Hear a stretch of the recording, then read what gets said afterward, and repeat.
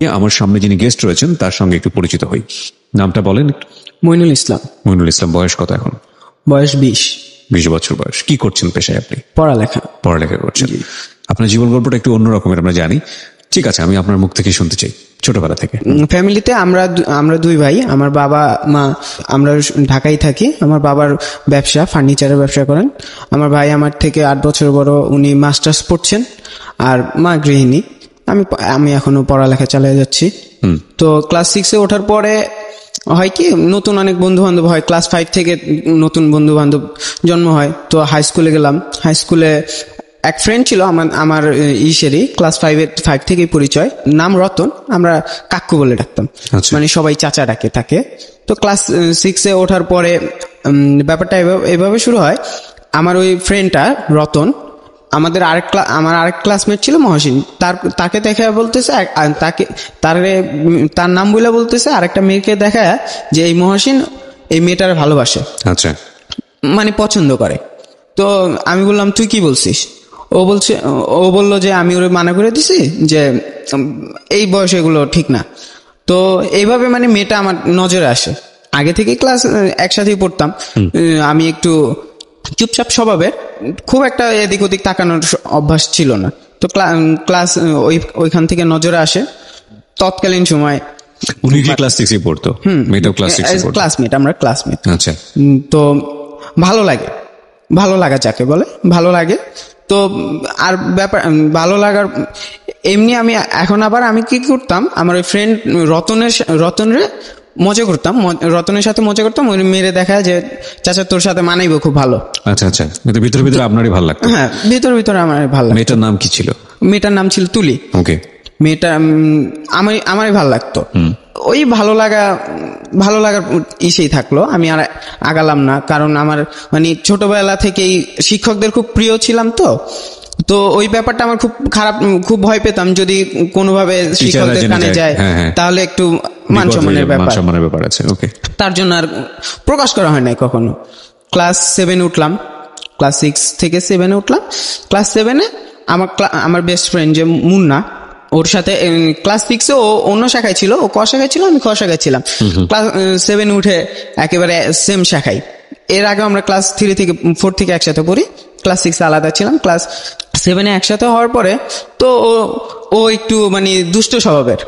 ও class 3 থেকে মানে দুষ্টমি করে প্রেম যা বলে আর কি। ক্লাস 3 থেকে? ওকে। দুষ্ট প্রকৃতির, খুব দুষ্ট প্রকৃতির। তো ক্লাস 3 থেকে প্রেম করতো। তো ক্লাস 6-এ একটা মেয়ের সাথে ওর মানে মেয়েটাই ওকে প্রপোজ করছিল, ছোটদের ব্যাপার স্যাপার আর কি। মেয়েটাই ওকে প্রপোজ করছিল। তো তারা রিলেশনে, মুন্না ওরে দেখতাম প্রায় চকলেট, লাভ ক্যান্ডি যারা তখন ছিল, এখন আছে, লাভ ক্যান্ডি নিয়ে যেত। লাভ ক্যান্ডি প্রতিদিন বাসায় দিয়ে আসতো জানালা দিয়ে, আর রাস্তায় দাঁড়ায় থাকতো। তো ব্যাপারগুলো আমি ফলো করতাম, আর আমার সাথে সবকিছু শেয়ারও হতো। তো ফেব্রুয়ারির দিকে, 7-এর ফেব্রুয়ারির দিকে আমি মুন্নার বললাম যে তোমার একজনের আমি দেখাবো। তো মুন্না বলছে যে কাকে দেখাবা? আমি বললাম পরে দেখাই, ছুটির পরে দেখাই। তো ছুটির পরে হলো কি, ওই তুলি বের হয়ে যাচ্ছে ক্লাস থেকে, আমি সামনের বেঞ্চে বসতাম, মুন্নার আমি সামনে ছিলাম। তো আমি দেখালাম এই মেয়েটা। তো বললো তো এই মেয়েটা কি? আমি বললাম আমার ভাল লাগে। তো ওরেই জানালাম। মুন্না কি ক্লাসমেট ছিল? না, মুন্নাও ক্লাসমেট ছিল। আমারও ক্লাসমেট ছিল। ওকে। এবং সে প্রেম করতো ক্লাস 3 থেকে? ক্লাস 3 থেকে। মানে ওকে দেখানোর পেছনে কারণটা কি? মানে থাকে না ফ্রেন্ড সার্কেলের সাথে শেয়ার করার ব্যাপারটা। এর আগে কারোর সাথে শেয়ার করিনি, তো শেয়ার করার একটাই জায়গা, সেখানে শেয়ার করলাম। শেয়ার করার পরে তো বললো ভালো লাগে, প্রপোজ করবা নাকি? আমি বললাম না, প্রপোজ করবো না, মান সম্মানের ব্যাপার, স্যাররা জানলে একটু খারাপ, আর আমার এগুলা ভালো লাগবে না, স্যাররা অপমান করে কথা বলবে, বাদ দাও ওগুলা। আচ্ছা ঠিক আছে, থাক, ওইভাবেই থাক। তো ক্লাস 7-এ থাকতেই হলো কি, আমাদের 3টা শাখা করে ফেললো। আগে ছিল 2টা শাখা, এখন করলো 3টা শাখা। তো 3টা শাখার মধ্যে ওর রোল ছিল 46, আর দুর্ভাগ্যবশত 45 পর্যন্ত নিচে আমাদের শাখায়, আর আমি তখন 13। ব্যাপারটা খারাপ লাগছিল, অন্য শাখায় চলে যাচ্ছে, দেখা হওয়াটা একটু টাফ, দেখতে পারবো না, ক্লাসে তাকায় থাকা যাবে না। এই তো ক্লাস 6-এ ও যখন চলে যাচ্ছে, তখন আমি আর মুন্না আবার দুষ্টামি করতেছি যে ভাই যাইতেছে গা, দুঃখ লাগে, এরকম আর কি দুষ্টামি করছিলাম। তো ওইখানে খসাকে চলে গেল, ও খসাকে, আমি তখনও কষা খাই। তো ওইভাবে ক্লাস 7-এ এখন 2-4 জনের সাথে আমি আবার শেয়ার, আরো ফ্রেন্ড তো থাকে, আরো ক্লোজ হচ্ছে, ফ্রেন্ডরা আরো ক্লোজ হচ্ছে, আরো শেয়ার করছি। আমার এক ফ্রেন্ড আছে, শাওন নাম, আমরা মজা করে বাউল ডাকি। ও সে বাউল সাজ ছিল, যেমন খুশি তেমন সাজু প্রতিযোগিতায়, তারপর থেকে ওর নাম বাউল। ওকে, তো বাউলের সাথে শেয়ার করলাম। তো আমার যতটা সন্দেহ, আমি শিওর না ও ব্যাপারটা লিক করছে কিনা, আমার যতটা সন্দেহ ওই লিক করছে। তো এখানে আমাদের ম্যাথ টিচারের কাছে সবাই কোচিং করতো, আমি করতাম না। আমি একদিন ম্যাথ টিচারের বাড়ির ওদিকে যাচ্ছি, তো আমার বাকি ফ্রেন্ডরা হঠাৎ আমারে ধরছে যে কি তুই শিখার লগে প্রেম করো, শিখার পছন্দ করেছেন। এখন আমি চিন্তা করছি যে ওরা জানলো কিভাবে, আমার বেশ রাগ হচ্ছে যে ওরা কেন জানবে আর কে জানাইলো। তো এই ব্যাপারটা আমি কারো জিজ্ঞাসা করছি না, সম্পর্ক নষ্ট হয়ে যাবে একটা দোষারোপের ফলে, কারো জিজ্ঞেস করছি না, নিজেই চিন্তা করছি। এপ্রিলের 14 তারিখে স্কুলে পয়লা বৈশাখের অনুষ্ঠান হচ্ছে, তো আমরা ফ্রেন্ড সার্কেল সবাই একসাথে বের হয়েছি, অনুষ্ঠানে থাকবো। তো অনুষ্ঠান শুরু হতে একটু দেরি হচ্ছে, মুন্না আমারে এসে বলছে কি আমি তো ওই তুলির বাসা চিনে আসছি, তুমি তো আমি অবাক হলাম, তুমি কিভাবে চিনলা? ওই আগে বলছে ও দুষ্ট, ও বলছে যে ও কোচিং থেকে বাসার দিকে যাচ্ছিল, আমি দেখছি, আমি পিছু গেছি, পিছু যেতে মানে বাসা চিনে আসছে। এখন আমিও যাব। এখন ব্যাপারটা আরো 2 জন ফ্রেন্ড ছিল সাথে, ওদের সাথে শেয়ার করা যাবে না, আমাদের 2 জনের মধ্যে রাখতে হবে, আর ওদের সাথেও নিয়ে যেতে হবে। ওকে, আমরা মানে কানে মুখে কথা বলে আগান শুরু করলাম। বেশ অনেকটাই পথ, 10-20 মিনিট লাগে আর কি হেঁটে যেতে। আমাদেরটা মফস্বল এরিয়া, তো হেঁটে চলাচল করা হয় এখানে। তো গেলাম, তো বাসা চিনে আসলাম। বাসা চিনে আসার পর হইলো কি, এখন আবার ওদিকে যাওয়ার খুব নেশা। ওখানে ওদিকে চলে সময়টাতে আমি যত বুঝি যে অ্যাডোলেসেন্স পিরিয়ডের কথা বলছেন, তো আপনি বয়সন্ধিকাল, এবং ওই সময় ভালো লাগা মানে হচ্ছে 24টা ঘন্টা ওই মানুষটাকে মাথার মধ্যে ঘুরপাক খাবে, যেই সিচুয়েশনই আপনি যান না কেন, এবং ঘুমের সময়টুকু ছাড়া অল টাইম মাথার মধ্যে এটা ঘোরে। আপনার কি সেটা হতো? না, সেটা মাথায় ঘুরতো, কিন্তু অতটা হতো না। আমি বেশ সেলফ কন্ট্রোল মানুষ, আমি নিজের খুব কন্ট্রোল করতে পারি। তো ব্যাপারটা হলো ওদিকে যাওয়ার একটু নেশা হয়ে গেল, ওদিকে যেতাম তো ভয় করতো। ওই দিকটা আবার ওইখানকার ছেলেপেলেরা একটু মানে গুন্ডা টাইপ যাকে বলে, ভয় হতো যে ওখানে ঝামেলা টামেলা না হয়। তো এর জন্য আবার নিজের গুটায় নিতাম, যেতাম, মাঝে মাঝে যেতাম না, কিন্তু কাউরে বলা যেত না, সবার সাথে শেয়ার করতাম না। গেলে একা বা মুন্নারে নিয়ে যেতাম। তো ক্লাস 7 এভাবেই গেল। জি। তো ক্লাস 8-এ দেখি আমার সাথে দুষ্টামি করাটা আরো বেড়ে গেছে। এখন আগে ছেলেরা করতো, এখন মেয়েরাও করে, আমার ক্লাসমেটরাও শুরু করছে।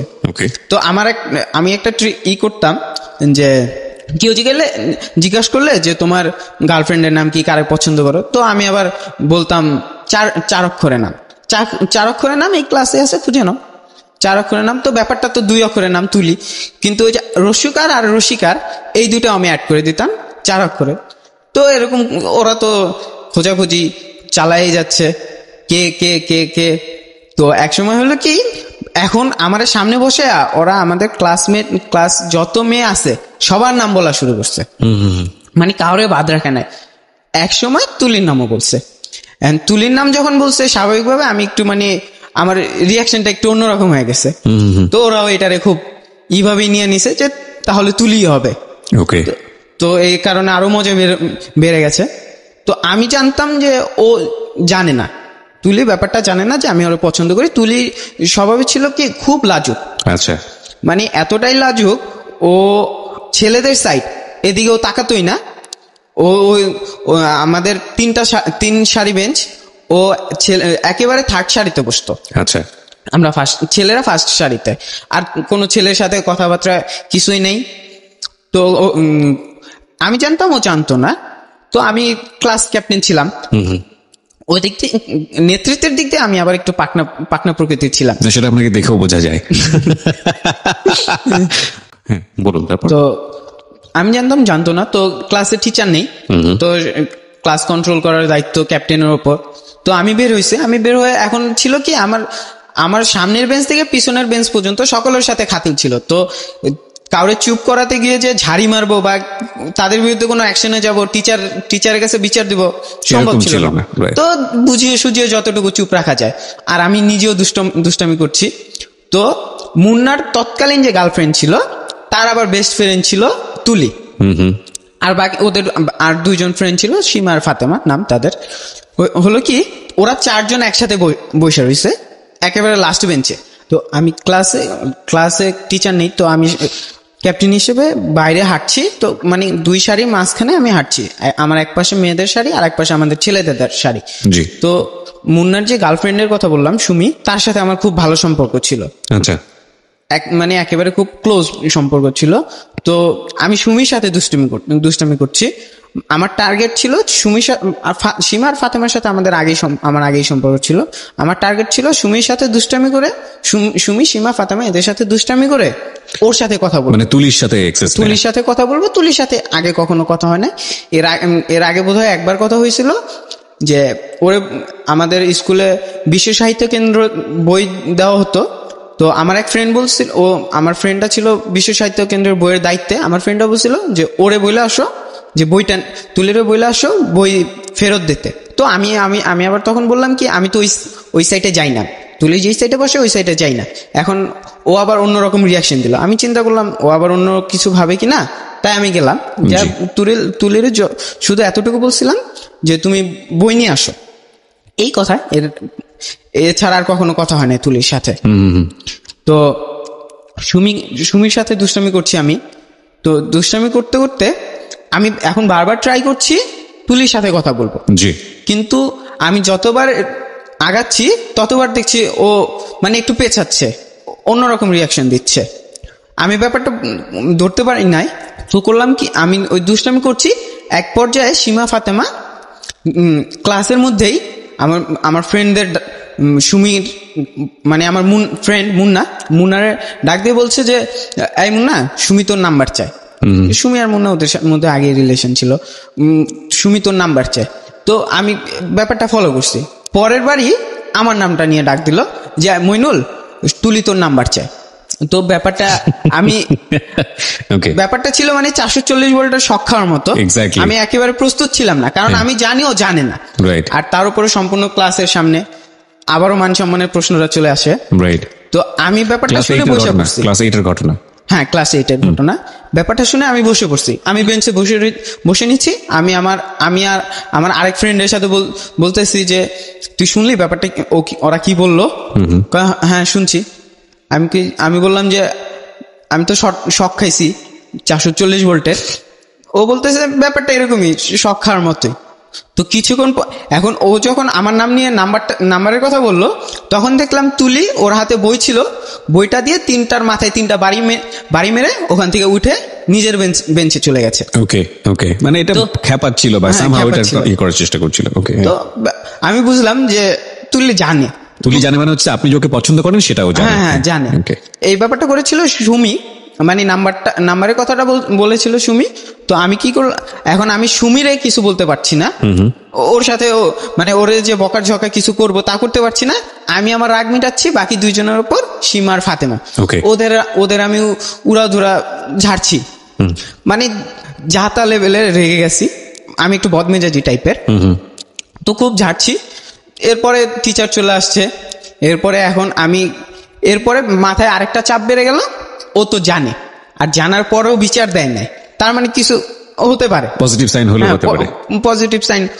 হতে পারে, কিন্তু তবুও সাহস হয়নি যে প্রপোজ কিছু একটা করব। নাম্বারটাকে আপনি দিলেন শেষ পর্যন্ত? না, এটা ওদের ফান হিসেবে নিয়েছেন। ফান ছিল, আর তৎকালীন সময় আমি মোবাইলও চালাতাম না, আমার নাম্বার ছিল না। এর আগে একটা ঘটনা হয়েছিল, আমাদের ক্লাসে ক্লাসমেট ছিল একটা ছেলে, খুব দুষ্ট প্রকৃতির, রিশাদ নাম, মানে মারাত্মক প্রকৃতির দুষ্ট। ওর মা ছিল শিক্ষক। তো আমাদের সামনে ওর মা ওরে এমন ভাবে মারতো যে আমরাই ভয় পেতাম। ক্লাসের মধ্যেই এমন হতো, মানে মাটিতে ফেলে গায়ের উপর পাড়া দিয়ে রাখছে। খুব দুষ্ট প্রকৃতির ছিল। তো ওর সাথে একদিন দুষ্টামি করতে করতে আমি মানে ওর সাথে দৌড়াচ্ছি, ওরে ধাওয়া করছি স্কুলের বারান্দায়। ধাওয়া করতে করতে ওর সাথে আমি দুষ্টামি করছি। ওরে ওরে ধাওয়া করতেছিলাম। তো হলো কি, আমাদের বারান্দায় মেয়েরা সব জটলা হয়ে দাঁড়ায় আছে।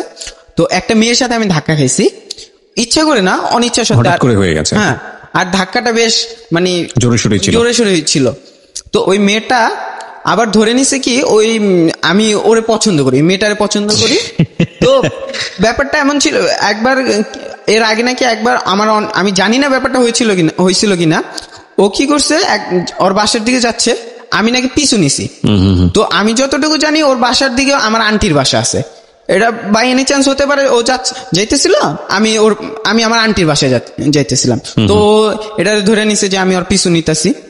এখন ওই মেয়েটা এই দুয়ে 4 মিলে মানে হয়তো কারোর সাথে শেয়ার করছে। তো আমাদের আরেকটা ক্লাসমেট মেয়েদের মধ্যেই আমার কাছে এসে বলতেছে যে মইনুল, মেয়েরা আমার খুব মানে ভক্ত ছিল বলবো, কারণ ওদের বাকিরা দুষ্টামি করলো, আমি খুব ভদ্র প্রকৃতির ছিলাম। আচ্ছা। তো আমার সাথে কারোর খুব একটা খারাপ সম্পর্ক ছিল না। মেয়েটা আমার এসে বলতেছে যে মইনুল, মেয়েটা যার সাথে আমি ধাক্কা খেয়েছিলাম তার নাম কুলসুম ছিল। জি। তো কুলসুম তুলিরে বলতেছে যে আমি কুলসুমরে পছন্দ করি, আর তুলি নাকি বলছে যে পছন্দ করে তাহলে তোরে প্রপোজ করুক, লাগলে আমি হেল্প করব। তো ব্যাপারটা শুনে আমার মাথা গরম হয়ে গেছে যে কোত্থেকে কি সম্ভাবনা, কি এক ধাক্কা থেকে সবকিছু হয়ে যাচ্ছে। হ্যাঁ, কোত্থেকে কি আমি কিভাবে ওরে পছন্দ করলাম। রাইট। এটা আগের ঘটনা ছিল, ওই নাম্বার চাওয়ার আগের ঘটনা। নাম্বার চাওয়ার আগের ঘটনা ছিল এটা। আচ্ছা। এখন আমার মাথা গরম হয়ে গেছে, আমি আবার মুন্নার সাথে শেয়ার করলাম। মুন্না কি করলো, তুলির যে ফ্রেন্ড ছিল সীমারে ডাক দিয়ে বলতেছে যে তুলি কি এরকম কিছু বলছে? কয় কি জানি, আমি তো জানি না। মুন্না আবার ওই যে দুষ্ট প্রকৃতির, আর আমার খারাপ দেখলে ওর মাথা আরো গরম হয়ে যায়। মুন্না বলতেছে যে ওরে চুপচাপ থাকতে কইস, বেশি কথা কইলে কিন্তু কান কোন থাবড়া লাল করে ফেলাম। তো মুন্না একটু থ্রেড টাইপের দিছে। তো ওই পার্টটা ওইখানেই শেষ হয়েছে। এরপরে ফোন নাম্বার 4 পরের পার্টে আসি। জি। জিএসসি শুরু হয়েছে। রাইট। মোটামুটি ক্লাসমেটরা সবাই জানে। তো আমরা পরীক্ষা দিতে যাইতেছি, আমরা যেতাম ফ্রেন্ডরা, আর তুলির মা যেত। তো একদিন পাশাপাশি যাইতেছি। তো আমার এক ফ্রেন্ড মজা করতেছে, ওই যে দেখ যায়। আমি বললাম চুপ থাক, লগে মায়ে আছে, ঝামেলায় ফালিস। পাশে রিক্সায় ছিল। তো আমার ফ্রেন্ড বলতেছে যে দেখ তুলি যাইতেছে। তো আমি বললাম যে সাথে মা আছে। তো অ্যাকচুয়ালি তখন আমি জানতাম না ওর মা সাথে আছে কিনা, সাথে একজন দেখছিলাম গার্জিয়ান টাইপ। তো তার জন্য বললাম আর কি, সাথে মা আছে, কেস খাওয়াইস না, মায়ের আছে কপালে। কারণ ওরা যে এলাকার অ্যাকচুয়ালি সেইখানে আগে বললাম গুন্ডা পান্ডা টাইপের ছেলেপেলে খুব বেশি। তো ওইখানে তো ওরে মানে ঝাড়ি টাড়ি দিয়ে চুপ করাইলাম। তো পরীক্ষা দিলাম, জিএসসি দিলাম। জিএসসির পরে অবসর টাইম, রেজাল্ট বের হলো। রেজাল্ট বের হওয়ার পরে 9-এ ভর্তি হলাম একই স্কুলে। জি। আর একই ক্লাস, একই শাখায়। তখন পর্যন্ত তুলির সঙ্গে আপনার এই ধরনের কোনো কথাবার্তা হয়নি? না, ক্লাস 6 থেকে ভালো লাগাটা শুরু। এই 6, 7, 8, 9 পর্যন্ত শুধু এগুলোই চলতেছে, কিন্তু সামনাসামনি কখনো কথা হয়নি? কখনো কথা হয়নি। ওকে। তো 9-এ ভর্তি হলাম। 9-এ ভর্তি হওয়ার পরে তো এখন ব্যাপারটা হলো কি, নেশাটা আরো বাইরে গেছে। আগে নিজের কন্ট্রোল করতাম, এখন আর কন্ট্রোল হচ্ছে না। এখন আর নিজের কন্ট্রোল হচ্ছে না। এখন হয় ক্লাস চলতেছে, ম্যাথে আমি এমনি উইক ছিলাম। আমাদের ফার্স্ট ক্লাস ছিল ম্যাথ।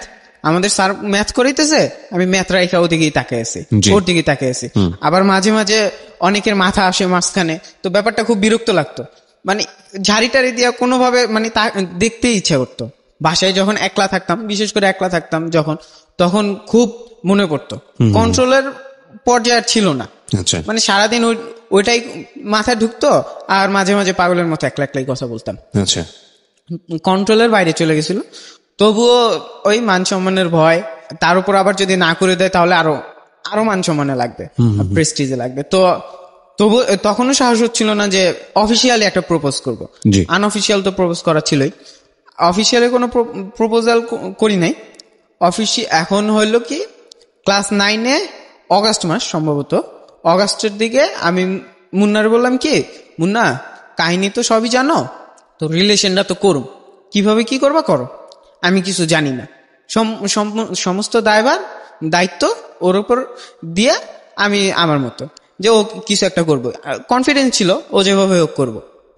এর মধ্যে ওর যে গার্লফ্রেন্ড ছিল, ওর তো ও একটাই, ওর সাথে তুলির সরাসরি কোনো সম্পর্ক নাই, গার্লফ্রেন্ডের মারফত সম্পর্ক। আর গার্লফ্রেন্ড মারফত যতটুকু জানতে পারছিলাম, মুন্নার গার্লফ্রেন্ড মারফত যতটুকু জানতে পারছিলাম, আমার ইমেজটা তুলির কাছে বেশ ক্লিয়ার। ওকে, মানে না করার মতো কোনো কারণ আমার কাছে ছিল না। মানে আপনাকে না করার মতো? হ্যাঁ, আমাকে না করার মতো। মানে আপনি বুঝতে পেরেছেন না আপনাকে সে পছন্দ করে, কিন্তু কখনো ফ্ল্যাশ করে না। হ্যাঁ, ফ্ল্যাশ করে না। ওকে, ইমেজটা আমার খুব ক্লিয়ার ছিল। ততদিনে সুমি কি করছে, ওই এলাকা থেকে, যে এলাকায় থাকতো ওই এলাকা থেকে অন্য এলাকায় চলে গেছে। তো ওইখান থেকে আইসে ক্লাস করতো না। প্রিন্সিপাল, আমাদের হেডমাস্টার স্যারের সাথে কথাবার্তা এরকম ছিল যে শুধু আইসে এসে পরীক্ষা দিবে, ক্লাস করবে না, আর বাসায় যা পড়ালেখা চালায় যাবে। তো সুমি এখানে আবার একটু মাইনাস পয়েন্ট, সুমি নাই কোনোভাবে। সরাসরি সামনাসামনি থাকলে একটা করা যায়, কিন্তু সুমি যেহেতু নাই, তো এটাও মাথায় ঘুরতেছে যে কিভাবে হবে না হবে, মানে কাকে দিয়ে প্রস্তাব পাঠাবো, প্রস্তাব পাঠাবো। আর মূল ব্যাপারটা ছিল আমি আবার উশৃঙ্খলাটা খুব একটা পছন্দ করতাম না। তুলির বাকি যে 2 ফ্রেন্ড ছিল তারা একটু উশৃঙ্খল ছিল, তো আমার সাথে তাদের সম্পর্কটা খুব একটা ভালো না। আচ্ছা, মানে একটু ঝাড়ি টাড়ি দিতাম সবসময়।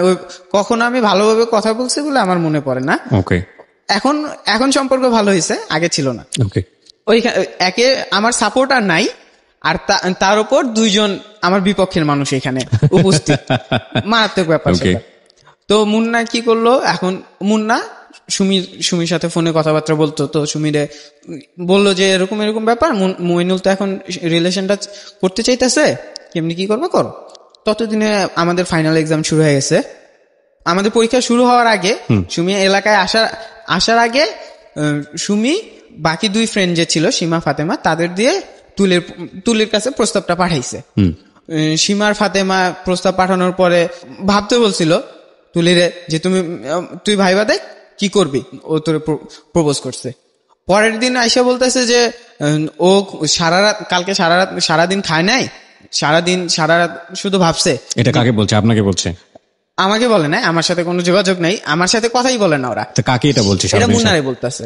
মুন্নারে বলছে? সুমি বলছে এটা? না, এটা বলতেছে সীমা আর ফাতেমা, ওই 2 ফ্রেন্ড যাদেরকে আপনি পছন্দ করেন না তেমন একটা। হ্যাঁ, মুন্নারে বলতেছে যে তুলি খুব ভাবছে, কালকে খাওয়া দাওয়া কিছুই করে নাই, সারাদিনই ভাবছে, ভাইবা টাইবা দেখলো যে না করব না। এখন আমার তো তৎকালীন রিয়াকশনটা ছিল না করলে না করুক, আমার কি আয় যায় এই টাইপের। কিন্তু মনে মনে তো খারাপ লাগা ছিলই। আর আমি ওই সবে খুব একটা এক্সপার্ট না। মুন্না আবার সীমা আর ফাতেমারে বললো কি, তোরা কইস তুলিরে যে মইনুল কইছে যে ভাবার কথা ভাবুক, কিন্তু খাওয়া দাওয়া যাতে অফ না করে। ঠিক আছে, মানে আপনার হয়ে বলেছিল, আমার হয়ে বলে দিছে। এই মুন্নাও কি আপনার ক্লাসমেট ছিল? হ্যাঁ, মুন্না মোটামুটি ভালো এক্সপার্ট ছিল আর কি। সে আমাদের ক্লাসে লাভ গুরু টাইপ। ওকে, সবার সমস্যা সেই সমাধান করে আর কি। আচ্ছা, এইসব সমস্যা সমাধান করে সে? আচ্ছা, জি। মুন্না এটা বলে দিছে। এখন ওরা বলছে কিনা তা আমি জানি না। আমার প্রেম প্রস্তাব প্রত্যাখ্যিত হলো। তো আমি ওইভাবেই আছি, চিন্তা ভাবনা গুলা আরো বাইরে গেছে, আরো ভাবতেছি, মানে কোনোভাবে আর ভাবনাটা মাথা থেকে আগে যে ভালো লাগাটা ছিল তার চেয়ে আরো বেশি বেড়ে গেল সম্পর্কে প্রত্যাখ্যিত হওয়ার পরে। হ্যাঁ, প্রত্যাখ্যিত হওয়ার পরে ভালো লাগাটা আরো বাইরে গেছে। তো ততদিনে আমাদের ফাইনাল এক্সাম শুরু হয়ে গেছে। ফাইনাল এক্সাম শুরু হওয়ার পরে ক্লাস 9 এর ফাইনাল এক্সাম। হ্যাঁ, ক্লাস 9 এর ফাইনাল এক্সাম। আমি সুমিরও বললাম যে, সুমির আমি আপা বলে সম্বোধন করতাম। আমি বললাম আপা, আর আপনিও বলতাম যে আপা কিভাবে কি করবেন জানি না। আর মুন্নারও একটা চাপ ছিল, মুন্না আমার বেস্ট ফ্রেন্ড। ও বলতেছে আচ্ছা দেখি কি করা যায়। পরীক্ষা আমাদের আসল পরীক্ষাগুলো শেষ, শুধু প্র্যাকটিক্যাল গুলো বাকি। শেষ পরীক্ষার দিন কি করলো, মুন্না সবাই বের হয়ে যাইতেছে, আমি ওইখানে আমার ডাক দিল। তো ও কইতেছে যে তুলি তো আগে তোমার প্রস্তাব করছে, আমরা তোমারে কই নাই, তোমার সাথে দুষ্টামি করতেছিলাম, তোমার পরীক্ষা করতেছিলাম। আমি বললাম মানে কি? কয় তোমার প্রস্তাব ও আগেই গ্রহণ করছে, তোমার সাথে আছে, এখন তুমি কি ওর মুখ থেকে শুনবা? আমি আনইজি ফিল করতেছিলাম যে সরাসরি কথা বলবো, ব্যাপারটা আনইজি ফিল করতেছিলাম। আমি একটু বাহানা দিয়ে চলে আসলাম যে আমার একটু কাজ আছে, পরের দিন প্র্যাকটিক্যাল ছিল, পরের দিন শুনি, এই বলে আসলাম। এখন মনে মনে তো আমি খুব নাচতেছি, দৌড় দিয়ে আসলাম। মুন্নার রাস্তায় ছিল, মুন্নারে করলাম যে এই কাহিনী সুমি আমারে বললো এই হয়েছে, আগে এই প্রস্তাব গ্রহণ করছে। মুন্না বললাম আগেই ও এক্সপার্ট ছিল, ওর মনে সন্দেহ হয়েছিল, কিন্তু ও আমার সাথে ব্যাপারটা শেয়ার করে নাই। আচ্ছা, ঠিক আছে। এর পরের দিন গেলাম স্কুলে, পরীক্ষা দিতে গেলাম। ও ছিল কমার্সে, আমি ছিলাম সায়েন্সে। আচ্ছা, আমি আমার ল্যাবে যেয়ে পরীক্ষা দিতেছি, প্র্যাকটিক্যাল চলতেছে, আর ওর তখন কৃষি চলতেছে। ও কৃষি প্র্যাকটিক্যালে পরীক্ষা দিচ্ছে। তো আমার পরীক্ষা তো সায়েন্সের সাবজেক্টেই 3টা। তো আমার সময় বেশি লাগতেছে, ও আগেই বের হয়ে গেছে। তো ওই দিন আর কথাবার্তা হয় নাই, আর ওর মুখেও শোনা হয় নাই, আর মুখে শোনা হয় নাই। তো আমি জানি যে ও আমার পছন্দ করে, ওই নিয়েই আমি আসি। ক্লাস 9 পার হইলাম, রেজাল্ট দিল, 10-এ উঠলাম। 10-এ উঠার পরে কি হলো, এখন মুন্না 10-এ উঠে স্কুলে অনিয়মিত হয়ে গেছে, স্কুলে ঠিক মতো আসে না। তো বাকি ফ্রেন্ড, শাওনের নাম বলছিলাম, বাউলের নাম, বাউল, আর আরেকটা ফ্রেন্ড ছিল বাবু। তো এই 2 ফ্রেন্ডের সাথে তখন আমি আবার ক্লোজ হয়ে গেলাম, মুন্নার অনুপস্থিতিতে ওদের সাথে ক্লোজ। তো বাবু আবার কেমন ছিল, ও সবার সাথেই তাল দেয়। তো তাল দিতে দিতে হইলো কি, এখন ও আমার শুধু তাল দেয় যে তুমি নাম্বার নাও না কেন। ততদিন আমার ফোন আছে, কিন্তু আমি নাম্বার যে চাইবো এই সাহসটা কেন জানি হইতেছে না। তো তুমি নাম্বার নাও না কেন। তো আমি কইতেছি কালকে নিমু, পরশু নিমু। তো হইলো কি, 14 ফেব্রুয়ারি ভালোবাসা দিবসের দিন, সেলিব্রেশনের কোন রকম ইচ্ছা ছিল না, প্রশ্নই ওঠে না, কথাই তো হয়নি আপনার। কথাই হয় না। এখন বাকি ফ্রেন্ডরা তো স্কুলে ফুল টুল নিয়ে আসছে, বাবু জানি কোত্থেকে প্রায় 50-60টা ফুল নিয়ে আসছে, গোলাপ ফুল নিয়ে আসছে। এর মধ্যে একটা আমারে দিছে যে তুমি এটা আজকে তুলে রে দিবা। তো এখন আমি বলতেছি যে কেমনি দিমু, স্কুলের মধ্যে, স্কুলে মান সম্মানের ব্যাপার, তার উপর ওই দিন টিচাররা খুব অ্যাটেনশন মোডে ছিল, সবাই নজর রাখতেছে কি হইতেছে না হইতেছে, তো স্কুলে দেওয়া সম্ভব না। কি করলাম, আমি মুন্নারে নিয়ে তাড়াতাড়ি বের হয়ে গেছি, মানে আগে ভাগে বের হয়ে একটা মোড় ছিল, যায় ওইখানে দাঁড়ায় আছি। এটা আমার মাথায় ঢুকে নাই যে সবার সামনে ফুল দিলে ব্যাপারটা কেমন দেখায় রাস্তার মধ্যে। এখন তুলি যাইতেছে, আমি ফুল নিয়ে সরাসরি ওর রাস্তা আটকে দাঁড়াইছি। আমি বললাম যে তোমার ফুল নিতেই হইব। কয় না, নিতে পারবো না। আমি কি কেন নিবা না, নিতে হইব। ও বললো কি যে আমার পিছে আছে, খালাতো বোন আছে, আদৌ ছিল না, ও বলছে আর কি, পিছে খালাতো বোন আছে, এর জন্য আমি আবার সরে আসলাম। তো সরে আসার পরে ও চলে গেছে ওই এলাকার একজন, আমি তারে চিনি, সে আমারে চিনি কিনা তখন পর্যন্ত আমি জানতাম না, মানে মুখ চিনা চিনে, আসলে আমি আমার নামটা জানে কিনা সেটা আমি জানতাম না। তো সে আমার কলার ধরছে, অবস্থা, হ্যাঁ, পথের মধ্যে আমি ফুল দিতেছি, ব্যাপারটা তো দৃষ্টিকটু। আমার কলার ধরে বুঝছে যে তুই রাস্তায় ফুল কেন দিলি। এখন মুন্না বলতেছে ভাই আপনার কি, ফুল দিছে, কয় আমার বই নয়। এখন মুন্নার সাথে আগে পরিচয় ছিল, মুন্না ওই খেলাধুলা করতো, তো ও খুব খেলাধুলা করতো, আমি আবার খেলাধুলার মাঠে আমার আনাগোনা কম ছিল, তো ওই বাবদ ওর পরিচিতি বেশি। ও কইতেছে তুই, যে আমার কলার ধরছে সে কইতেছে মুন্না তুই সর। আমিও বারবার মুন্নারে সরায় আমি নিজে কনভিন্স করার চেষ্টা করতেছি যে ভাই তেমন কিছু না, ও আমার সাথে রিলেশন করে, মানে আমি কনভিন্স করার খুব ট্রাই করতেছি। এখন হয়েছে কি, ওইখান থেকে আবার আমাদের স্কুল কমিটির একজন সদস্য যাইতেছে, তো আমি আবার ওরা ফলো করছি যে কমিটির সদস্য আইতেছে। এখন যদি দেখে আমার ওনার স্কুলের একজন স্টুডেন্ট রাস্তাঘাটে এরকম করছে, আমাদের স্কুলটা খুব স্ট্রিক্ট ছিল, তো ঝামেলা হইতে পারে স্কুলে। তো আমি কোন রকমের কনভেনশন, মানে কলারটা ছাড়ায় দৌড় দিছি, গোলাপ আমার রাগে মাথা ফাইটা যেতেছে, গোলাপ ফুল ছিঁড়া টিরা ফালা দিছি, বাসায় চলে গেছি। এখন বাসায় যে টেনশন হইতেছে খুব, আমাদের কমিটি মেম্বারটা দেখলো কি না। আর ওইখানে তখনও কি ক্লাস ক্যাপ্টেন? হ্যাঁ, তখন আমি ক্লাস ক্যাপ্টেন, পাশাপাশি আমাদের স্কুলের প্রিফেক্ট টিমের ভাইস ক্যাপ্টেন ছিলাম আমি। আর ওই বাবদ আমার অনেকেই চিনে, স্কুলের স্টুডেন্টরা আমার চিনে। হ্যাঁ, মানে আমার ইনফরমেশনটা কে এটা করছে, এই ইনফরমেশনটা কমিটির মেম্বারটা খুব সহজে বাইট করতে পারতো। আমার খুব ভালো চিনি স্কুলের মধ্যে। আমি ভয় পাইতেছি যে কমিটির উনি যদি যাই না ফেলায়, আর স্কুলে যদি পরের দিন গ্যাঞ্জাম করে খুব ঝামেলা হইব, বাসার ডাকাডাকি, টেনশনে ছিলাম। মানে সচরাচর আমার যে ফিলিংসই থাকতো আমি বাসায় প্রকাশ করতাম না, বাসায় আমি স্বাভাবিক থাকতাম। তো ওই দিন আর করতে পারতেছি না।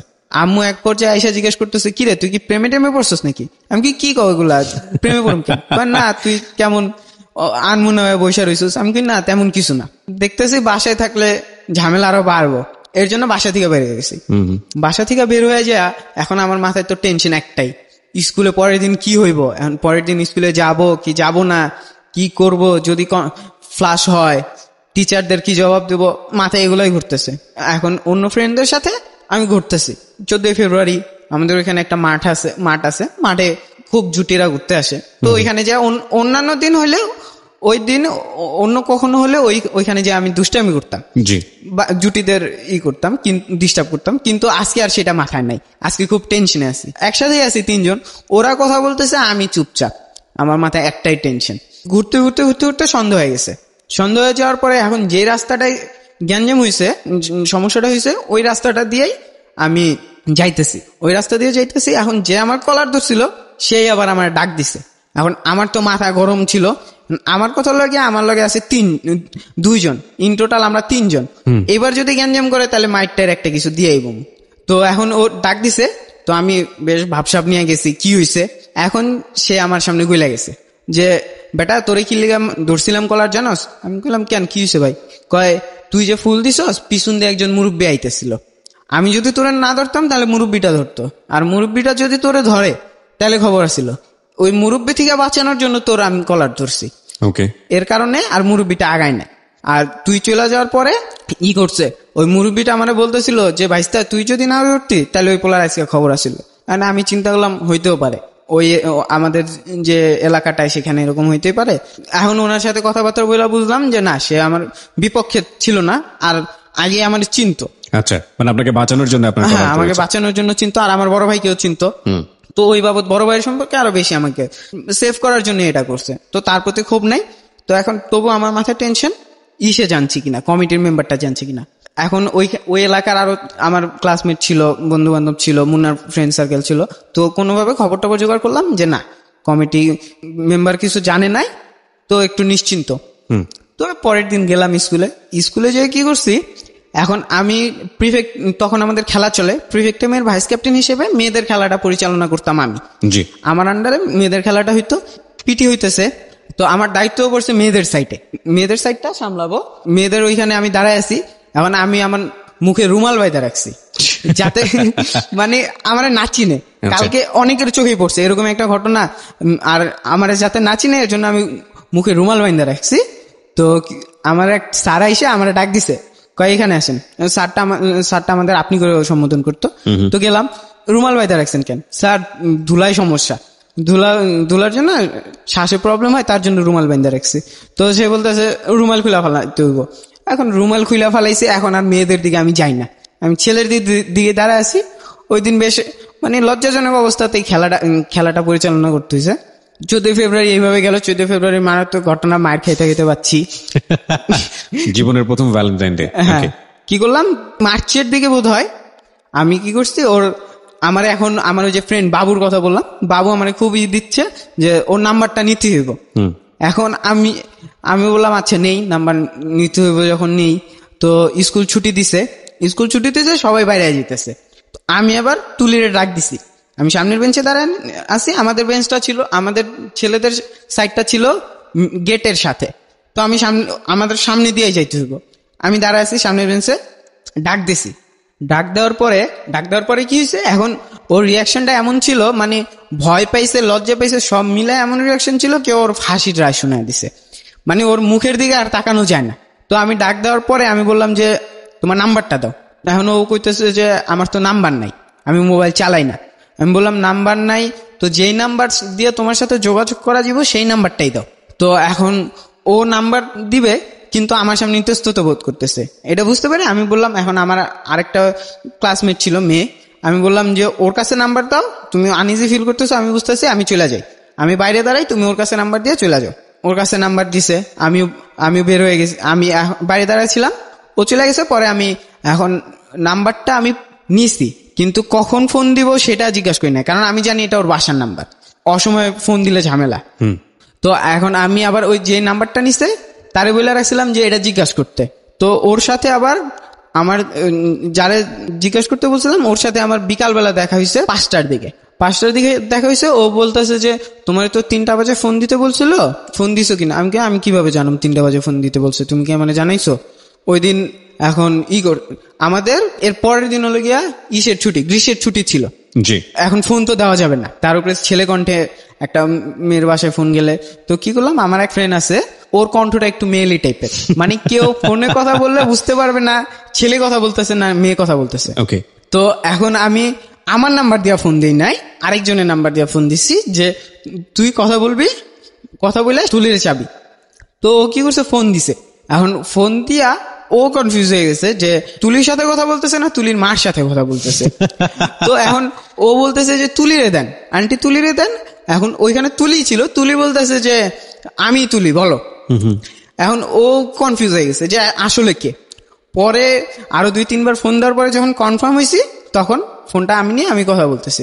তখন ওর ফুফাতো বোনের ছিল, বিয়ে ছিল, বিয়ের অনুষ্ঠানে ব্যস্ত। তো কি হলো, বেশ অনেকক্ষণ কথা বলছি। তখনও তো আপনাকে ওয়ার্ড দেয়নি যে সে আপনাকে লক করে, তাহলে আবার এরকম কথাও বলছে, ফোন নাম্বার দিচ্ছে, মানে স্বাভাবিক। ও আমাকে ফ্রেন্ড হিসেবে নিচ্ছে। আচ্ছা, ও আপনাকে বলছে তুমি আমার ফ্রেন্ড, সেই হিসেবে কথা বলতে পারো, সেই হিসেবে। তো বেশ কিছুক্ষণ কথা বলছি, তখন ব্রেন সম্পূর্ণ খালি, কি কথা বলবো কি বলবো না।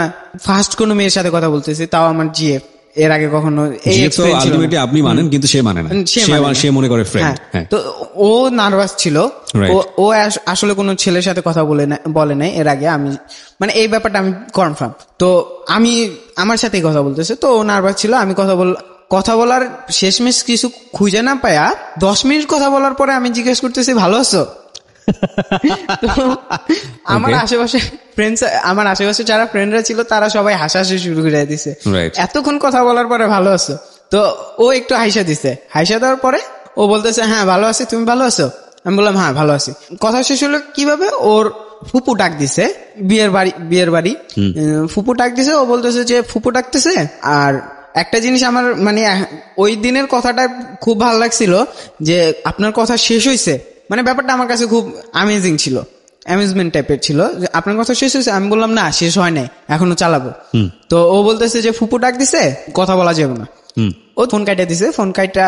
এখন আমি তো নাচানাচি করতেছি, ফার্স্ট গার্লফ্রেন্ডের সাথে ফোনে কথা বললাম। তো মুন্না যখন ফোনে কথা বলছে, মুন্না সেখানে উপস্থিত ছিল না। পরে মুন্নার সাথে দেখা হওয়ার পরে মুন্নার আমি বললাম যে মুন্না কথা তো বলছি। ও বলতেছে কার সাথে? আমি বললাম তুলির সাথে। কই সত্যি? ও মানে ব্যাপারটা বিশ্বাস করতে পারতেছে না, তুলির সাথে কথা বলছি এই টাইপ। তো বললো নাম্বার কিভাবে নিছো, সব ইন ডিটেলস জানাইলাম যে এইভাবে নাম্বার নিছে, এইভাবে কথা বলছি। এরপরে আমি প্রতিদিনই ফোন দিই, মানে যখনই চান্স পাই ফোন দিই, কিন্তু ও ফোনে কথা বলে না, ফোন ধরে বসে থাকে না, ফোন ধরেও না, তাহলে মানে কেটে দেয়, ফোন কেটে দেয়। ওটুকুই আপনার ভালো লাগতো? ঠিক আছে, ফোন তো কেটে দিয়েছে না, মানে ব্যাপারটা আমার কাছে আরো খারাপ লাগতো, আমার সাথে কথা কেন বলবেন না। মানে এটা কি ও বলেছিল যে ওর বাসায় ফোন ধরাটা খুব সমস্যা? হ্যাঁ ওরকমই ছিল, মানে ওর বাসায় ফোন ধরাটা টাফ ছিল, তো ফোন কেটে দেয়। তো আমার কাছে খুবই খারাপ লাগতো, ফোন কেন কাটবে। ও আমাদের এই সাইড আমাদের এলাকায় পড়তে আসতো, তো আমি আবার করতাম যে আমি রাস্তায় দাঁড়ায় থাকতাম দেখার জন্য। আমি বলতাম এটারে অফিস করতে যাই, ডিউটি দিতে যাই, মজা করে আমরা বলতাম ডিউটি দিতে যাই, ডিউটি দিতাম, রাস্তায় যাই দাঁড়ায় থাকতাম, রাস্তা দিয়ে যাইতো। এখন ফোন বারবার কেটে দেয়, আমার কাছে ব্যাপারটা খুব খারাপ লাগতেছে। একদিন কি করলাম, পিছে যাইতেছি, পড়া যাইতেছে, পিছে যাইতেছি, তো একজনের দিয়া কইলাম ফোন ধরতে। এখন ফোন ধরতে পারবো না, তো আমার এক ফ্রেন্ড, আমি মোবাইলের ওই যে বিভিন্ন যে অফার টফার এইসব সম্পর্কে আমি অতটা অবগত ছিলাম না, আমার জাস্ট ফোন আসবে ফোন দেবো এতটুকুই। তো আমার আরেক ফ্রেন্ড বললো কি, তো বাংলা লিঙ্ক নাম্বার, তোমার Bangla link number, message message করো। তো আমি চিন্তা করলাম বেশ মেসেজ করি। তো মেসেজ করলাম। ফার্স্ট মেসেজটা এরকম ছিল যে তুমি কেন আমার ফোন ধরো না, তোমার সাথে কথা বলতে না পারলে ভালো লাগে না, এটা কি তুমি বুঝো না, এই টাইপ। আমার মেসেজ দেখা যে ফ্রেন্ড আমার বুদ্ধিটা দিয়েছিল সে আবার বলতেছে বাহ তুমি ফার্স্ট টাইমে এত ভালো মেসেজ দেখছো। আমি বললাম লিখছি, ভালো হইলে ভালো হয়েছে। তো এখন ফোনে কথা বলতে পারবো না, কিন্তু মেসেজের অ্যান্সার আমাদেরও আছে। তো মেসেজ করে যে বাসায় মানুষজন আছে এই জন্য কথা বলতে পারি না। এখন একটা অল্টারনেটিভ তৈরি হয়েছে, যোগাযোগ তো যোগাযোগ হচ্ছে, হ্যাঁ অ্যাটলিস্ট যোগাযোগ হইতেছে। তো 2 দিন এইভাবে কথা বললাম। এর মাঝখানে আরেকদিন ফোন দিছিলাম। ওই দিন ফোন দেওয়ার সময় ফোন কাটার আগে আই লাভ ইউ বলছিলাম, কিন্তু ও শোনে নাই। মানে ব্যাপারটা এমন ছিল, ওই বিয়ে বাড়িতে ব্যস্ত, ও শোনে নাই। ও করে মানে 4-5 বছর লাগলো সরাসরি আই লাভ ইউ বলতে, তারপরও সে শুনলো না। আচ্ছা, তো মেসেজিং চলছে, মেসেজিং এ যোগাযোগ চলছে, মেসেজে কথাবার্তা চলতেছে, ক্যাজুয়াল কথাবার্তা, কেমন আছো, খাইছো টাইছো এইসব। তো এখন কি করলো, আমি একদিন মেসেজ পাঠাইছি, মানে মেসেজ পাঠাইয়া লাস্টে আই লাভ ইউ লিখছি। এখন ওই মেসেজটারও অ্যান্সার দিছে আই লাভ ইউ, মানে আমি তো তোমার ফ্রেন্ড হিসেবে দেখি। আমি আকাশ থেকে বললাম, মানে তুমি আমার ফ্রেন্ড হিসেবে দেখো, মানে তুমি তো আমার প্রপোজাল অ্যাকসেপ্ট করছো, তুমি আমার গার্লফ্রেন্ড। কয় না। আসলে করছিল নাকি? না, মানে আপনি জোর করে একটু মানে ইয়ে করলেন? না না না না, ব্যাপারটা অন্যরকম ছিল। তাহলে তো আমি কি করলাম, এখন আমি আকাশ থেকে পড়ছি যে আমি জানি ও আমার প্রপোজাল অ্যাকসেপ্ট করছে, এখন ও বলতেছে যে ও প্রপোজাল অ্যাকসেপ্ট করে নাই। তো আমি মুন্না তো বলেছিল যে প্রপোজাল অ্যাকসেপ্ট করেছে, ওই সেই ইনফরমেশনটা। রাইট ওকে, আপনি তো ওইটা ধরেই এগোচ্ছিলেন আলটিমেটলি। মুন্নার গার্লফ্রেন্ড বলছিল যে প্রপোজাল অ্যাকসেপ্ট করছে। আমরা একটু অনেক দূরে রেখে এসেছি গল্পটা, সে কারণে আমিও কিছুটা ভুলে গিয়েছিলাম। আসলে মিথ্যা ইনফরমেশন দিয়েছিল। হ্যাঁ, আমাকে মিথ্যা ইনফরমেশন দিয়েছিল। তো আমি কি করলাম, মুন্নারে যে ধরলাম যে কি ব্যাপার, আমার তো এই কথা বলতেছে। আর মুন্না আবার ধরছে ওর গার্লফ্রেন্ডে। মুন্না খুব ডমিনেটিং স্বভাবের ওর গার্লফ্রেন্ডের প্রতি। তো গার্লফ্রেন্ডে ধরছে, তখন ওদের মাঝখানে কি ব্রেকআপ চলছিল নাকি মনে নাই ঠিক। আমি জানতে পারলাম যে হালকা আভাস পাইছি যে সুমি হয়তো আমার সাথে মিথ্যা কথা বলছে। তো আমি তুলিরে বললাম সুমি তো আমার সাথে এটা বলছে। এখন তুলি ইসের সাথে যোগাযোগ করছে, সুমির সাথে যোগাযোগ করছে যে কি ব্যাপার তুই এটা কেন বলছিস।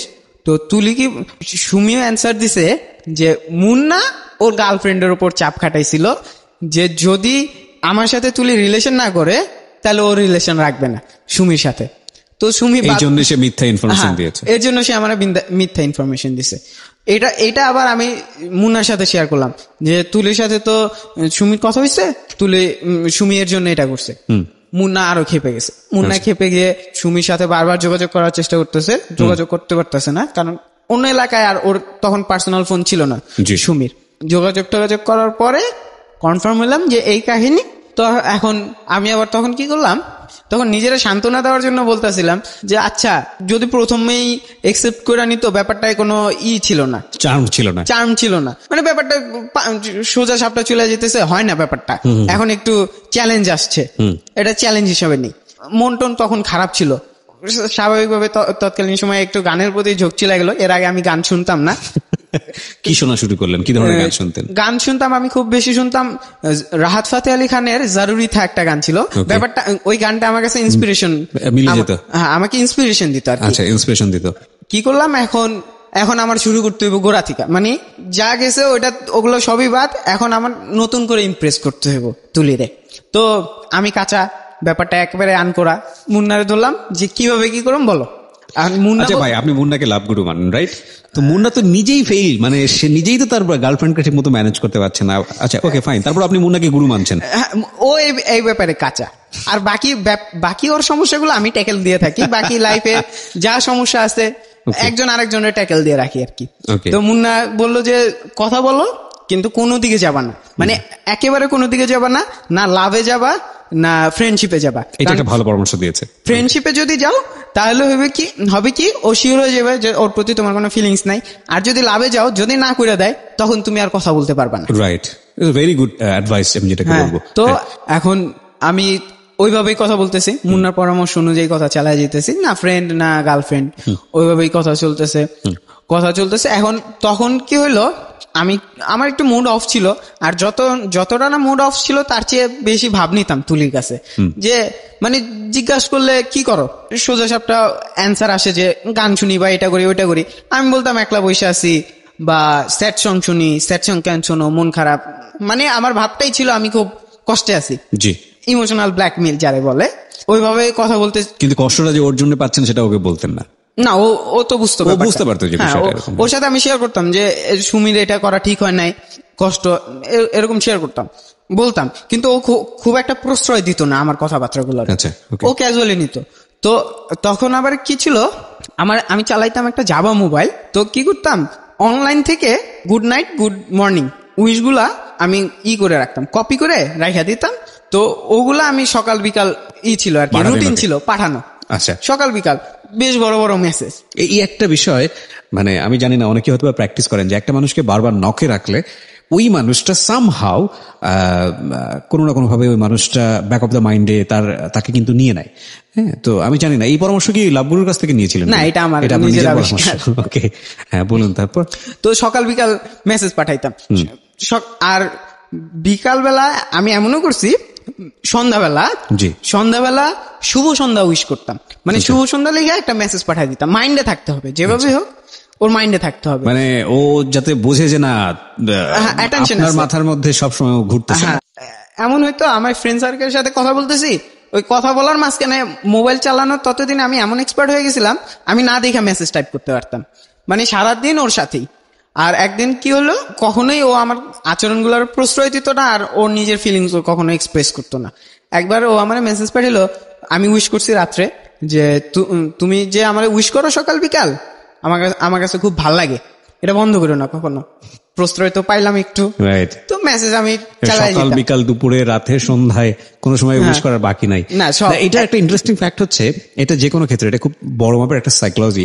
সেটা হচ্ছে যে একটা মানুষ আপনাকে পছন্দ করুক আর না করুক, আপনি যদি কন্টিনিউয়াসলি তাকে প্যাম্পার করেন বা কন্টিনিউয়াসলি আপনি তাকে যদি নক করেন, হঠাৎ করে আপনি বন্ধ করে দেবেন, তখন দেখবেন ওই মানুষটা অটোমেটিক্যালি আপনাকে মিস করা শুরু করেছে। তো যাই হোক, হ্যাঁ শুনি সামনে দিকে। এই ব্যাপারটা আমিও করতে চাইছিলাম। মুন্নারে বললাম যে আচ্ছা আমি তো দেখতেছি ও বেশ উইক হয়ে গেছে, এখন কথা কি অফ করে দিব? ও বলতেছে না, এত কম সময়ে অফ করা ঠিক হইব না, চালিয়ে যাও, মানে ফায়ার করার সময় এখনো আসেনি, আরো একটু কাছে আসতে দাও নিশানাকে। আর ও একটা কথা বললো যে এই সকল ক্ষেত্রে যতটা না প্রোগ্রেস হয়েছে তার চেয়ে কম ভাবতে হয়, কারণ বেশ ওভার কনফিডেন্স হয়ে গেলে প্রবলেম, মানে ব্যাপারটার ইমপ্রেস করাটা আর হয়ে উঠবো না। তো তার কারণে আমি চালাই যেতে তো মেসেজ করতেছি। আমার মোবাইলে একবার কি ছিল, আমি ওর জন্য আলাদা মেসেজ টোন সেট করে রাখছিলাম, যেটা ছিল একটা গান। মানে মেসেজ আসলে তো সচরাচর একটু টুংটাং আওয়াজ হয়, তারপরে হয়ে যায়। ওর জন্য আমার পুরো গান সেট করে রাখতাম, ও যখনই মেসেজ পাঠায় পুরো গান বাজবে। হ্যাঁ, পুরো গান বাজবে, আমি ঘুমিয়ে থাকলেও পুরো গান বাজবে।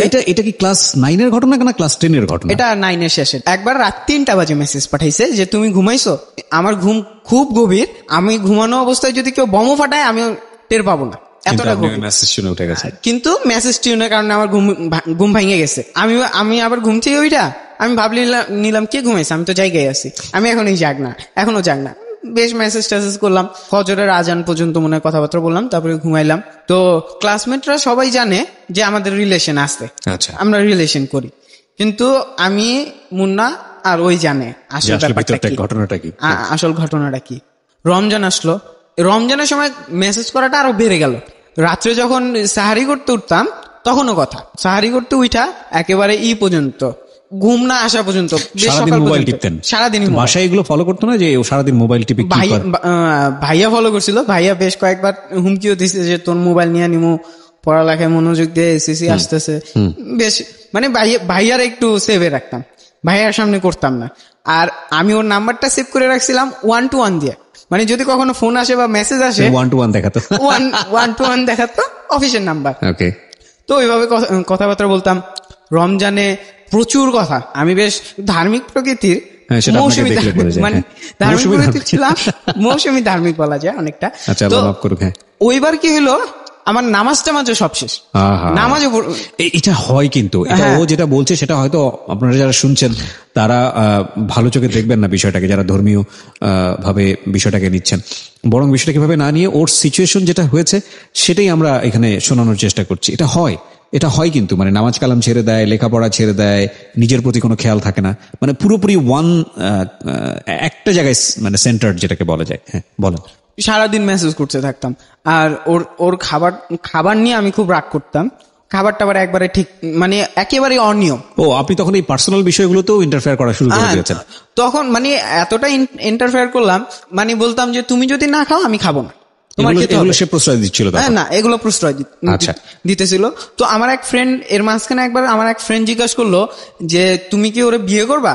আমি বললাম দেখো ভাই, যারা মানে রিলেশনের শুরুতে কেউ এটা ডিসাইড করে নেয় না বিয়ে করবো না কি করব, পরিস্থিতি বইলা দেয় যে কি করতে হইব। তো এখন এভাবে কথা, তুলির সাথে আমার কথা চলছে, অনবরত চলতেছে, কথা বলতে তো একটা জিনিস আমার মাথায় আসলো, আমাদের ওই এলাকাটার যেই, আর ওরা ওই এলাকার স্থানীয়, ওইখানে যে সামাজিক প্রেক্ষাপটটা, সেইখানে মানে মেয়েদের খুব একটা পড়ালেখাও করায় না, আর বিয়েটা খুব তাড়াতাড়ি হয়ে যায়। তো এখন আমি চিন্তা করলাম, আচ্ছা এটা তো সম্ভব না, আমাদের যে সামাজিক প্রেক্ষাপটটা তাতে সম্ভব না। কোন এই ততদিনে মানে আমার ভালো লাগাটা বেশ গভীর ভালোবাসায় পরিণত। সম্পর্ক এটার তো কোনো ভবিষ্যৎ নাই, তো কষ্ট যা লাগার আমারই লাগুক, এখনই বোধহয় আমার পিছে আসা উচিত, কারণ পরবর্তীতে কষ্টটা ওরও লাগবে আর কষ্টটা আরো বাড়বে। এখন আমার এক ফ্রেন্ড আবার জিজ্ঞাসা করলো যে কি ব্যাপার, কথাবার্তা হয়? আমি বললাম ততদিনে আমি কথাবার্তা একটু কমায় দিছি, কথাবার্তা বলি না বললে চলে, কথাবার্তা বাদ দিয়ে দিছি। এখন ও বলতেছে কেন বাদ দিছো কেন? আমি বললাম দেখো আমাদের যে পরিস্থিতি তাতে ব্যাপারটা করা যায় না, পরবর্তীতে ব্যাপারটা আরো গভীর হলে কষ্ট আরো বাড়বে, তাই এখানেই এটা কুইট করে দেওয়া ভালো, এখানেই শেষ করে দিই, এখানেই শেষ করে দিই। তো ওইখানে শেষ করলাম, তারপরও মানে মন মানে না। শেষ করলেন বলতে কি মানে নিজে থেকে শেষ করলেন নাকি ফর্মালি বলে? যোগাযোগটা অফ করে দিছি। যোগাযোগটা হঠাৎ করে অফ করে দিলেন? হ্যাঁ, যোগাযোগটা হঠাৎ করে অফ করে দিছি। আচ্ছা। তারপরে তবুও মানে মন মানে না, তবুও মাঝে মাঝে কথা বলতাম। এই সপ্তাহে 2 দিন 1 দিন কথা বলতাম। কথা বলতে বলতে এখন টেস্ট চলে আসছে। এখন চিন্তা ভাবনা করলাম যে সামনে টেস্ট, পরীক্ষা আমারও দিতে হইব আর ও দিব। এখন যদি কথাবার্তা চালা যায় পরীক্ষাটা খুব খারাপ হইব। এর জন্য টেস্টের সময় মাঝে মাঝে কথা বলতাম, টেস্টের পরে যোগাযোগ একেবারেই অফ। আচ্ছা, যোগাযোগ অফ। এসএসসির সময় শেষের দিকে একটু কথাবার্তা হয়েছে। তো এরপরে হলো কি, আমার মোবাইলটা ভাঙে গেল না জানি কি হলো, মানে মোবাইল ছিল না তখন আমার হাতে। তো এসএসসির পর থেকে ইন্টারে ভর্তি হওয়ার আগ পর্যন্ত কথাবার্তা বলতাম না। এসএসসির একবার প্রশ্ন আউট হয়েছিল আমাদের সময়, একটা প্রশ্ন দেওয়ার জন্য তখন একটু যোগাযোগ করছিলাম যে প্রশ্নই করাও, তো প্রশ্নের ছবি তোলা ছিল আর কি, তোমার কিভাবে পাঠাবো। ও আর এক বোনের ফেসবুক আইডি দিছিল। তো ফেসবুক আইডিতে আমি ব্যাপারটা মেসেজটা করে দিলাম। তখন আমার ফেসবুক ছিল, ও ফেসবুক চালাইতো না, ও আগে চালাইতো, তখন আর চালায় না। ওইখানে যোগাযোগ শেষ, কথাবার্তা হয় না। টেস্ট আমাদের এসএসসির রেজাল্ট দিল, রেজাল্ট দেওয়ার পরে এখন ভর্তির পালা। ভর্তির ব্যাপারে এখন আমাদের ওইখানে যে গভর্নমেন্ট কলেজটা আছে, সেই গভর্নমেন্ট কলেজটা এখন ভর্তি হইতে হইব। তো ওইখানে আবার ভর্তি বাণিজ্য। কিন্তু আপনি যে যোগাযোগটা অফ করলেন এই সময়টাতে তুলি চেষ্টা করতেন আপনার সঙ্গে যোগাযোগ করার? না, ও কখনোই চেষ্টা, ও কেমন ছিল মানে ওর আবেগ ওর মধ্যেই ও লুকায় রাখতো, কখনো প্রকাশ করতো না। আর ও আমার চেয়ে বেশি বাস্তববাদী একটু। তো এখন ভর্তির সময় আসলো। আমাদের সময়ই তখন 10টা কলেজে ভর্তির অ্যাপ্লাইয়ের চলতো। তো এখন আমার টার্গেট ছিল, আমার ভাইয়ের ওই গভর্নমেন্ট কলেজটা আবার একটু বন্ধু বান্ধব ছিল, তো আমার টার্গেট ছিল ওইটাই ভর্তি হবো। কি কলেজে ভর্তি হওয়ার ইচ্ছা ছিল। ও হয়ে গেছে, ও চান্স পেয়ে গেছে, কিন্তু দুর্ভাগ্যবশত আমি আর ভর্তি হইতে পারি নাই। কিন্তু আমার ফ্রেন্ড ভর্তি হইতে পারছে। আমার ফ্রেন্ডারে আবার আমার ভাইয়া ভর্তি করাইছে। মুন্না? না, এটা ছিল আমির। আচ্ছা, আমি ভর্তি হইতে পারি নাই, আমি হলাম অন্য কলেজে ভর্তি। তো ওইখানে ভর্তি হওয়ার পরে এখন তুলির যে বোনটার আইডি আমাকে পাঠাইছিল প্রশ্ন নেওয়ার জন্য, তার সাথে আমার কথাবার্তা হয়, তার সাথে যোগাযোগ হয়। জানে ভাইয়া কলেজে ভর্তি করাইছিল, ও আবার তুলির সাথে মেসেজে যোগাযোগ করতো। আচ্ছা, মেসেজে যোগাযোগ করতে করতে একসময় আইডি পাইছে। মানে তুলি ততদিনে একটা মানে কলেজে উঠে একটা ফেসবুক আইডি খুলছে। তো আইডিটা আমারে দিল, আমি ওরে ফ্রেন্ড রিকোয়েস্ট পাঠাইছিলাম। ফ্রেন্ড রিকোয়েস্ট পাঠানোর পরে এখন ও মানে ব্যাপারটা ও কনফিউজ ছিল, আমি যাই না পাঠাইছি না যাই না পাঠাইছি। এর জন্য ওর বোন রে দিয়ে আবার আমারে জিজ্ঞাসা করেছিল। ওর বোন আবার এইভাবে জিজ্ঞাসা করছে যে আচ্ছা আপনি কি তুলির আইডি জানেন? আমি বললাম হ্যাঁ জানি। তো কয় বলেন তো কি? আমি বললাম আইডিটার নামটা বললাম। তো বলে ও আচ্ছা, তো মানে কনফার্ম হলো আমি যাই না পাঠাইছি কিনা। তো এখন তুলির ওই বোনটার সাথে আমার যোগাযোগ হইতো। তো একদিন কি হয়েছে, তুলির আইডি থেকে আমার আইডিতে একটা মেসেজ আসছে, অনেকটা এরকম ছিল যে আপনার কি মন খারাপ? আমি বললাম না, আমার মন খারাপ হবে কেন। এটা কি তুলির আইডি ছিল না? তুলির আইডি ছিল, এবং তুলি নক করেছে? হ্যাঁ, তুলি নক করছে। এখন আমি জিজ্ঞেস করলাম আমার মন খারাপ থাকবে কেন? ও বললো না, ওর যে বোন ছিল ওই বোন বলছে আর কি যে আমার মন খারাপ। তো মানে ওর বোনের সাথে আমি শেয়ার করতাম ব্যাপারগুলা, যে কিভাবে কি হয়েছে, কেমন সম্পর্ক তুলির সাথে, এগুলো শেয়ার করতাম। ওর বোন ওরে বলছে যে আমার মন খারাপ। তো ওর বোন এটা বলার কারণে ও আমার নক করছে। তো এই মেসেজ থেকে ফেসবুকে আবার যোগাযোগ শুরু হয়, আর ওই যোগাযোগটাই চলছে। ওই যোগাযোগটা কন্টিনিউয়াস ছিল। মানে আই লাভ ইউ বললেই ওর ব্যাপারটা কেমন ছিল, ও মানে খেপে যেত। আমার মানে উল্টাপাল্টা কথা বলবো না, যোগাযোগ করবো না, এই টাইপের ইটি করতো। মানে আমার এটা প্রশ্রয় দিত না, আই লাভ ইউ বলাটা বা লাভ এক্সপ্রেস করাটা, ওইটা আমার কখনো প্রশ্রয় দিত না। বাকি ইন্টারফেয়ারেন্স প্রশ্রয় দিত। ইন্টারফেয়ার করতাম ওর পার্সোনাল লাইফে, ওর পার্সোনাল অনেক কিছুতে আমি ইন্টারফেয়ার করতাম। পড়ালেখা, স্টাডি, ফ্যামিলি, সবকিছুতে আমার বিচরণ ছিল। তো ওইভাবে যোগাযোগ চলতে চলতে এখন আমার কাছে মনে হইতেছে ও অনেকটা কনভিন্স হয়েছে, অনেকটা ইমপ্রেস হয়েছে, আমার জন্য ওর ফিলিংস আছে। কিন্তু ব্যাপারটা ও মানে মানতেই নারাজ। ওইভাবে যোগাযোগ করতেছি। তো মাঝখানে কি করলো, মুন্না ওর গার্লফ্রেন্ডের রাগানোর জন্য একটা আইডি খুলছে। আইডিটার নাম ছিল কামরুন নাহার তন্নি। মানে ওই আইডিটা ও এমন ভাবে সেট আপ করছিল, মানে কেউ কারো বুঝার উপায় নাই, শুধু আমি জানতাম আর ও জানতো যে ওটা একটা ফেক আইডি। মানে ও ওর আইডিতেও চ্যাট করতো, ওই আইডিতেও চ্যাট করতো, নিজের 2 আইডির মধ্যেই চ্যাট রাখতো, মানে প্রমাণ হিসাবে যে আসলে এটা রিয়েল আইডি। এক গ্রুপে আইডি ছিল 2টা, আমরা গ্রুপ চ্যাট করতাম, ও 2 আইডি দিয়ে মেসেজ করতো, মানে এতটাই ছিল, কারো বুঝার ওয়ে নাই। তন্নি ছিল আবার আমার ক্লাস 9-এ একটা প্রিফেক্ট একটা স্কাউট ক্যাম্প করছিলাম, তো সেইখানে তন্নি নামে একটা মেয়ে ছিল, মেয়েটা আমার খুব ভালো লাগছে। আচ্ছা, ঠিক আছে, মেয়েটার ভালো লাগছে, ক্রাশ বলা যায়। আচ্ছা, ক্রাশ ছিল। তো ওই মেয়েটার প্রতি কি তখন আকর্ষণটা কমে গেছে তুলনামূলক ভাবে? এরকম তুলনামূলক অনেকটা কমে গেছে, কারণ যোগাযোগ নাই। আর একটা আছে, আমার কাছে রিজন আছে, যেটা সম্ভব না তার জন্য শুধু ই করে লাভ নেই। তো তন্নির ব্যাপারটা সবাই জানতো যে তন্নি নামে একটা মেয়ে আছে, আমি শেয়ার করছি যে এরকম আছে, ওই নাম্বারটা মুন্না তন্নির আইডিটা দিয়ে এখন সবার সাথে চ্যাট করতো। মানে আমাদের ফ্রেন্ড। তন্নি কি রিয়েল তন্নি ছিল নাকি এমনিতেই? তন্নি নামে একজন ছিল, কিন্তু আইডিটা ফেক ছিল, এটা মুন্নাই চালাইতো। ও ওর গার্লফ্রেন্ড সুমি তার রাগাইতো, মানে তন্নি আর মুন্নার সম্পর্ক মাঝে একটা সম্পর্ক আছে, এগুলা বইলা খেপানোর উদ্দেশ্যে আর কি আইডিটা খোলা।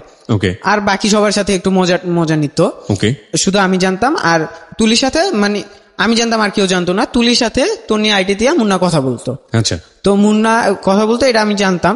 তো একদিন মুন্না আমারে বলতেছে যে আমি তো তুলির সাথে কথা বলছি, তুলি তো তোমার পছন্দ করে, মানে ভালোবাসে। আমি বললাম মানে কি, বুঝলাম না।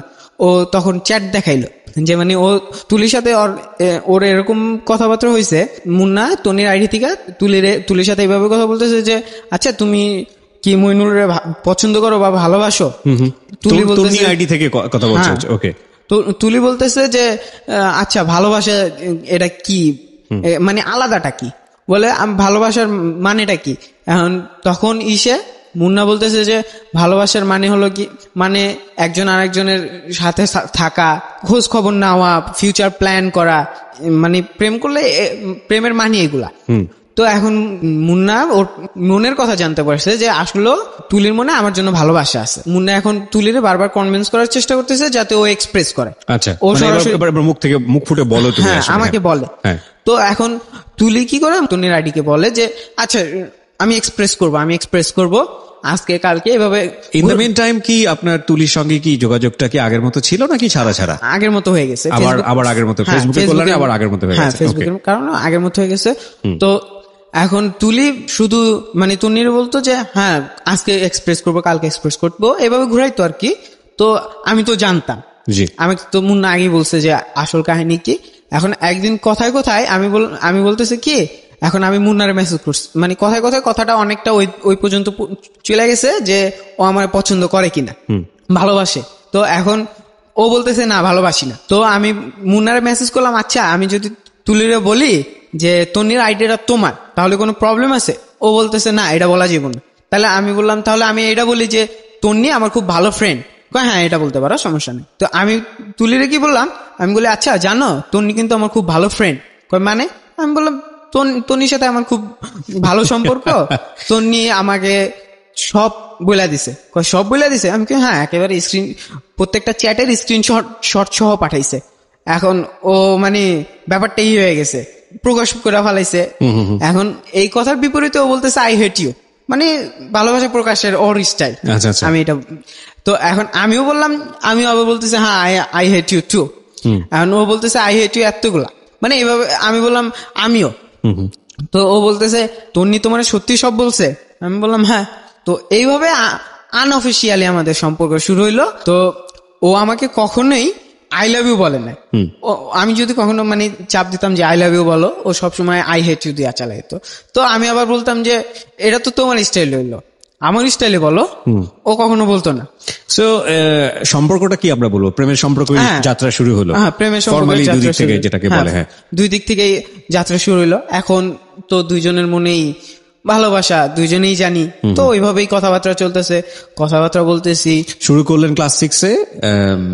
সো এটাকে যদি আমরা বলি যে দুদিক থেকেই সায় পাওয়া, সেটা হলো ইন্টারমিডিয়েটের ফার্স্ট ইয়ারে গিয়ে। ফার্স্ট ইয়ারে প্রায় 5 বছর পর। হ্যাঁ 5 থেকে 6 বছর পর। হ্যাঁ তারপর এখন ওইভাবে সম্পর্ক শুরু হলো, ওইভাবে কথাবার্তা বলতেছি। তো মাঝখানে কি হয়েছে, সুমি আবার মুন্নার সাথে মারাত্মক ঝগড়া করছে তন্নির আইডিটা নিয়ে। কারণ তন্নির আইডি থেকে সুমিরও বলা হয়েছে মুন্নার সাথে খুব ভালো সম্পর্ক, মুন্নার সাথে প্রেম করে, তন্নি হাবিজাবি মানে যা আছে রাগানোর জন্য মুন্না নিজে এগুলা বলছে। আচ্ছা, এখন এর কারণে মুন্নার সাথে মারাত্মক ঝগড়া হয়েছে, মুন্নার কোনোভাবে কনভিন্স করতে পারতেছে না। ঠিক আছে, এখন মুন্না ধরছে আমারে যে ভাই যেমনি হোক তুমি ব্যাপারটারে সামলাও।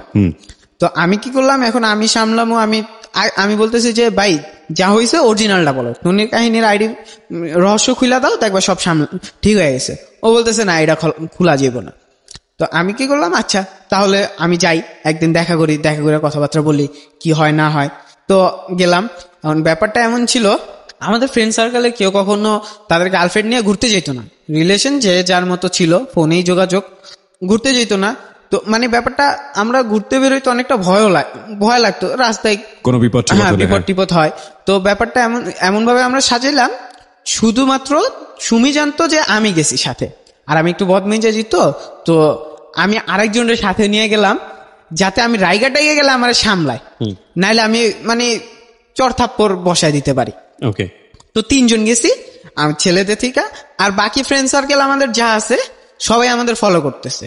শুধুমাত্র সুমি জানতো না যে আমাদের সবাই ফলো করতেছে। তো আমরা ওদের নিয়ে গেলাম, কলেজ থেকে রিসিভ করে সবাই ঘুরতে বেরিয়েছি, মানে সবারই জানানো হয়েছে যে ঘুরতে বেরিয়েছি। এই বলে সবাই বেরিয়েছে। বাইরে হয়ে যাওয়ার পরে এখন কথা বলতেছি, মানে সুমির সাথে কথা বলতেছি, কথা মানে ব্যাপারটা আরো বুঝাইতেছি যে কেন এরকম করতেছে, অভিযোগগুলা কি কি। আমি সরাসরি জিজ্ঞেস করছি, আচ্ছা আপা আপনার মুন্নার বিরুদ্ধে অভিযোগগুলা কি কি। সুমি বলতেছে যে অভিযোগ মানে ওর কথাবার্তা ঘুরাফিরা একটাই আসে, তন্নির সাথে রিলেশন। তখন আমি কি করলাম, সুমির এক জায়গায় তাড়া করে আমি মুন্নারে ফোন দিলাম। মুন্না তো আমাদের আশেপাশে আছে, আমি ফোন দিলাম, আচ্ছা ব্যাপারটা হলে কি আমি তো সুমির সাথে তো কথা বললাম, ওর অভিযোগ কিন্তু একটাই তন্নির ব্যাপারটা যদি আমি ভাঙা দিই তাহলে কিন্তু সব ঝামেলা শেষ। তো এখন ও মানে রাজি হলো, আচ্ছা তুমি তন্নির আইডিটা ভাঙা দাও। তো আমি কি করলাম, সুমির কাছে আসলাম, হাসতে হাসতে এসে আমি বলে, আচ্ছা আপা বলেন তো তন্নিটাকে। ও বললো হ্যাঁ, এখন আপনি তো তোমরা তন্নিরও চিনো না, তন্নির সাথে এত কথাবার্তা। আমি বলি তন্নির আইডিটাকে আপনারা দেখাই। এই বলে আমার সাথে মুন্নার মোবাইলটা ছিল, মুন্নার মোবাইল থেকে আমি তন্নির আইডিটা লগ ইন করা ছিল, ওই আইডিটায় ঢুকে ফেসবুকে ঢুকে আমি দেখাইলাম, এই যে দেখেন এটা তন্নির আইডি, এই আইডি থেকে আপনার সাথে কথা বলা হইতো। এখন ও আকাশ থেকে পড়ছে, কি ব্যাপার তন্নির আইডি মানে? আমি বললাম এই তন্নির আইডিটা মুন্নাই চালাইতো আপনাদের সবার সাথে মজা নেওয়ার জন্য।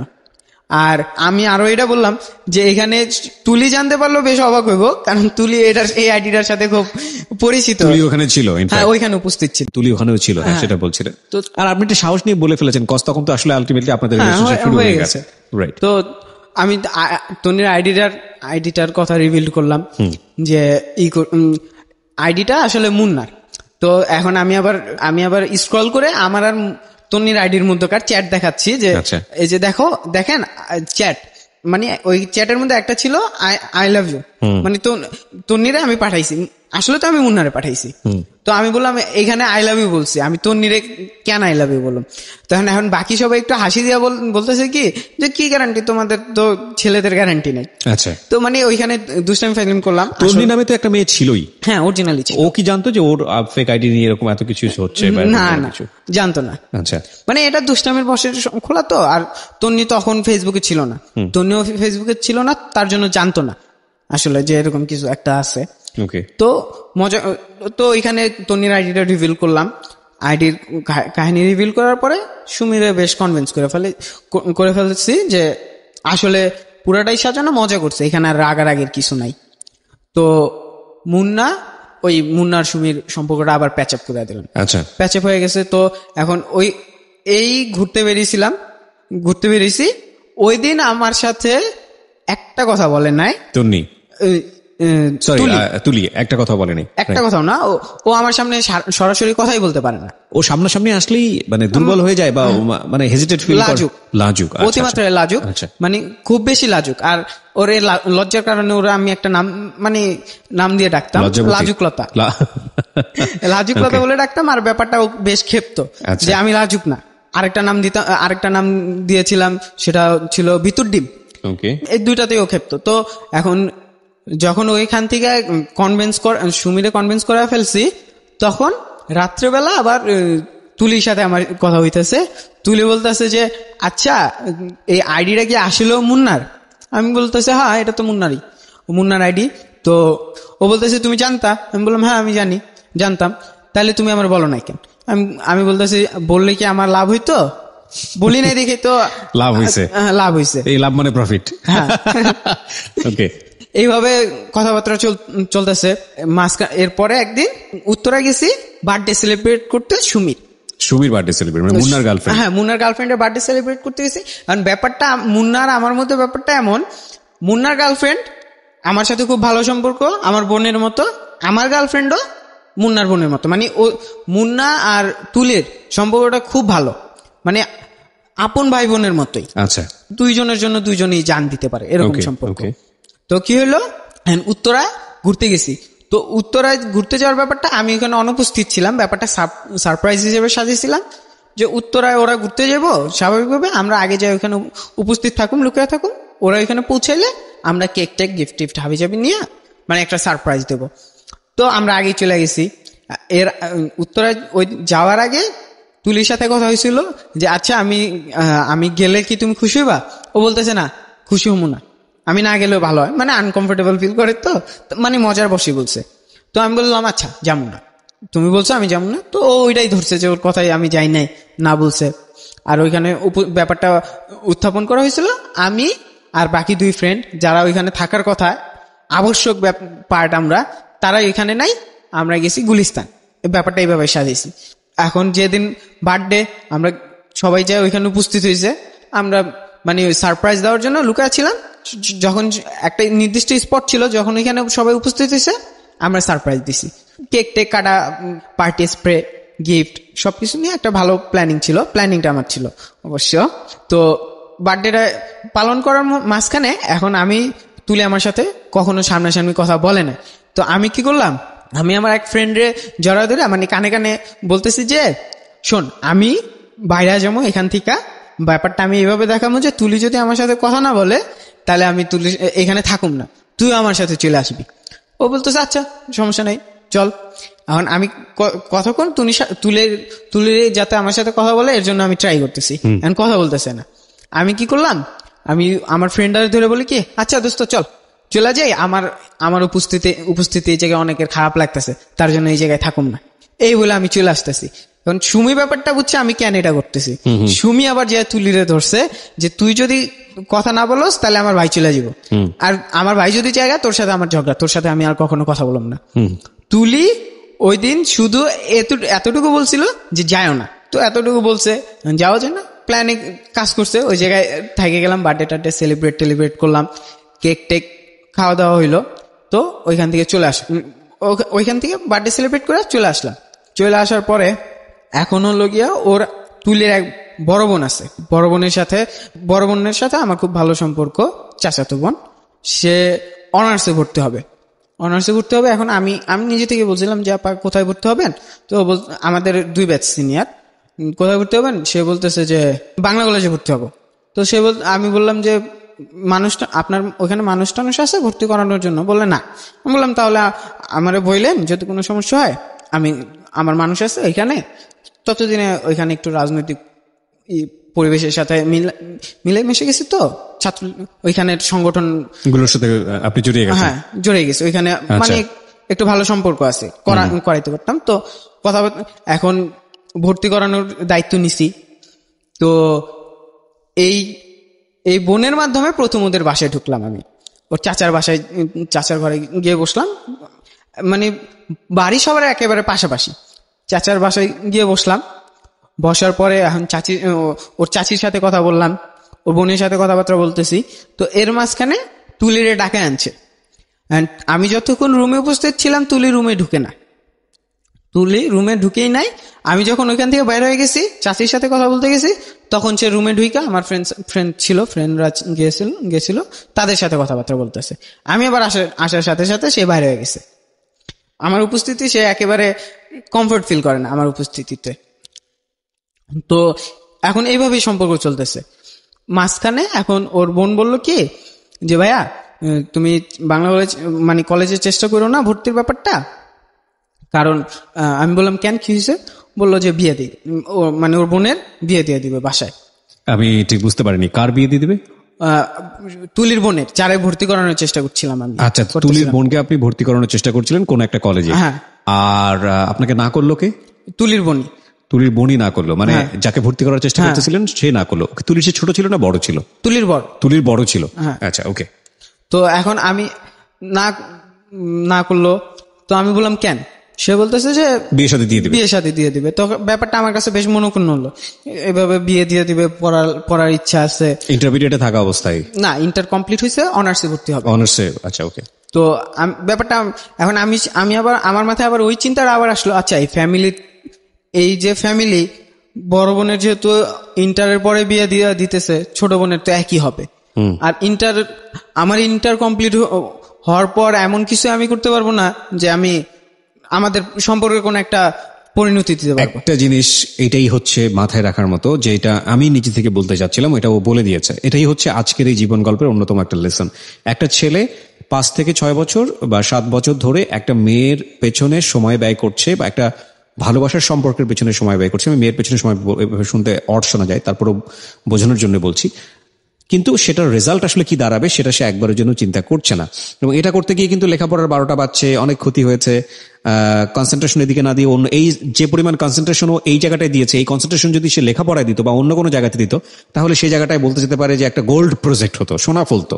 হ্যাঁ, কিন্তু সেটা সে করতে পারেনি বা করেনি। এটা কিন্তু ধীরে ধীরে তার মধ্যে রিয়েলাইজেশনটা হচ্ছে যে আসলে এভাবেই যদি হয়ে যায় তাহলে আমরা আসলে কোন দিকে যাচ্ছি। কিন্তু এটা করে লাভটা কি? কারণ 6 বছর আগে 7 বছর আগে তো সে ইনভেস্ট করেই ফেলেছে সময়টা এই পিছনে। যাই হোক, বলেন তারপরে এখন আমি চিন্তা করলাম যে যেহেতু বড় বোনের একই এই পরিণতি, ছোট বোনের একই হবে, তো আমি আমার মাথায় বেশ এরকম একটা প্ল্যান করলাম যে ওর সাথে দেখা করে ব্যাপারটা এখানে একেবারেই শেষ করব, অফিসিয়ালি ব্রেকআপ করে ফেলবো। তো এখন দেখা করার ডেটটা আর কি আমি সিলেক্ট করতেছি মনে মনে যে দেখা করব। কিন্তু এর মাঝখানে আবার ওর বোন ফ্যামিলি কনভিন্স করে ফেলাইতে পারছে যে পড়ালেখা চালাই। মানে ওর বোনের সাথে আপনাদের ফিউচার জড়িত ছিল?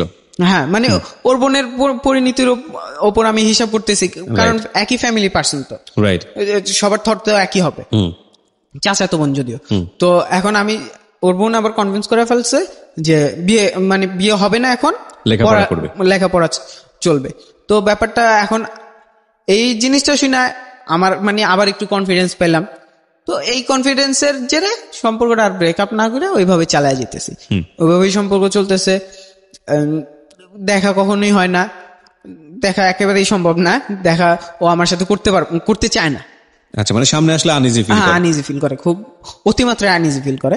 আর তার কিছুটা আমিও করতাম, একেবারে যে আনইজি ফিল করতাম না তাও না, আমিও আনইজি ফিল করতাম। ওকে। তো ওর সাথে ওইভাবে আপনাদের সম্পর্কটা এমন একটা পর্যায়ে ছিল যেখানে এই বয়সে এই ধরনের সম্পর্ক হলে বিভিন্ন রকমের বিপদগামিতার দিকে যায়। সেখানে আমি যেটা বুঝতে পারছি যে দুজনের শাই ফিল করা বা দুজনের ভিতরে এতটা বেশি রিজার্ভনেস ছিল যে ওইগুলোর প্রশ্নই আসে না, চিন্তাই পর্যন্ত করেননি আপনারা। সেদিক থেকে আপনাদের সম্পর্কটা একটা প্রীতি সম্পর্ক বা পবিত্র সম্পর্ক, যেটা আমরা সো কল্ড বলে থাকি, এইরকমই ছিল, আমি যদি ভুল না করে থাকি, রাইট? না, এরকমই ছিল। তো এখন ওর কখনোই দেখা হইতো না। একদিন কি করছি, আমি সেলুনে গেছি চুল কাটবো, তো হাতে মোবাইল, স্বাভাবিকভাবে হাতে মোবাইল, আমি কথা এখন জিজ্ঞেস করতেছি কি করো, ও খাচ্ছিল না জানি কি করতেছিল, ও বললো যে তুমি কি করো। তো আমি বললাম আমি সেলুনে আসছি চুল কাটতে। এখন আমার চুল কাটার একটা অভ্যাস, আমি চুল খুব বড় না হওয়া পর্যন্ত কাটি না। চুল কাটাটা আমার খুব বিরক্তিকর ব্যাপার, চুল কাটতে আমি যাই না। তো এখন আমি বলতেছি যে আচ্ছা, চুল আমার বড় চুলে আমার ভাল লাগে না, ছোট চুলে ভাল লাগে। ও বলতেছে জানি না। আমি জানি না বুঝলাম না, আমার কোন চুলে ভালো লাগে তুমি জানবে না কেন? ও বলতেছে সত্যি কথা বলবো? আমি বলি হ্যাঁ বলো। ও বলতেছে যে আমি আজ পর্যন্ত তোমার ঠিক মতো দেখিই নাই। Oh my God, oh my God, what should I say right now? 5-6 বছর। আপনারা কি এই জেনারেশনের পোলা পাইন নাকি মঙ্গল গ্রহ থেকে আসছেন নাকি আমার তো মনে হচ্ছিল যে আমরা যখন বলতাম যে আপনারা আমাদের পরের জেনারেশন, তারও পরের জেনারেশন বলা চলে, সো আমরা ব্যাকডেটেড অফকোর্স আপনাদের চাইতে। তো এটা তো আমরা মনে হচ্ছে নানি দাদিদের বয়সের গল্প শুনতেছি, সামথিং লাইক দিস। অনেকটা ব্যাপারটা শুনে আমিও অবাক হয়েছিলাম। মানে সে আমার আজ পর্যন্ত দেখেনি। আমি বললাম আচ্ছা এটা বলো তো, আমি যদি 10-12 জন ছেলের মাঝখানে দাঁড়া থাকি, তুমি আমার খুঁজে বের করতে পারবা? বলে না, আমি তোমার কখনোই সম্ভব না, তোমার আমি চিনতেই পারবো না। মানে আমার চেহারাটা তার কাছে এতটাই অপরিচিত। ও মাই গড।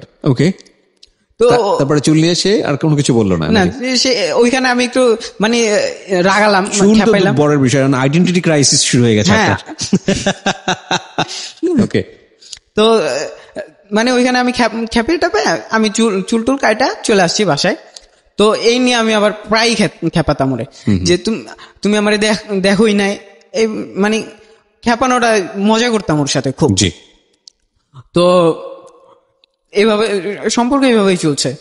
কখন আমি আবার, আমার একটা বদ অভ্যাস ছিল, ওই আগে বলছি গায়েব হয়ে যাওয়াটা, গায়েব হয়ে যেতাম, হঠাৎ গায়েব হয়ে যেতাম, একেবারে গায়েব, সামনে আসতাম না। আবার এর জন্য আমার একটা উদ্ভট রিজন ছিল। আমার মানে ব্যাপারটা আমি এইভাবে, আমার নিজের থট, প্রেম ব্যাপারটা হলো গিয়া লেনদেন। প্রেম সম্পর্কটার মধ্যে লেনদেন আছে, ভালোবাসার মধ্যে কোনো লেনদেন নেই। আর আমি ব্যাপারটা ভালোবাসায় রাখতে চাই। এর জন্য মানে লেনদেন, কোনো প্রকার লেনদেনটা যাতে না থাকে, মানে টাইম দিতেই হবে, এই করতেই হবে, এই থট নিয়ে আমি গায়েব হয়ে যেতাম। আচ্ছা, একেবারে উদ্ভট টাইপের গায়েব হয়ে যেতাম। তো আবার যখন মেসেজ টেসেজ পাঠাইতাম একটু রাগারাগি করতো, কিন্তু কনভিন্স করা ফেলতে পারতাম, একবারে কনভিন্স করা ফেলতে পারতাম, সম্পর্কে একেবারে আগের মতো নিয়ে যেতে পারতাম। তো মাঝখানে হলো কি, তখন আমরা সেকেন্ড ইয়ারে উঠে গেছি। সেকেন্ড ইয়ারে উঠে যাওয়ার পরে এখন একদিন কি করছে, ও এই করছে, মন খারাপ।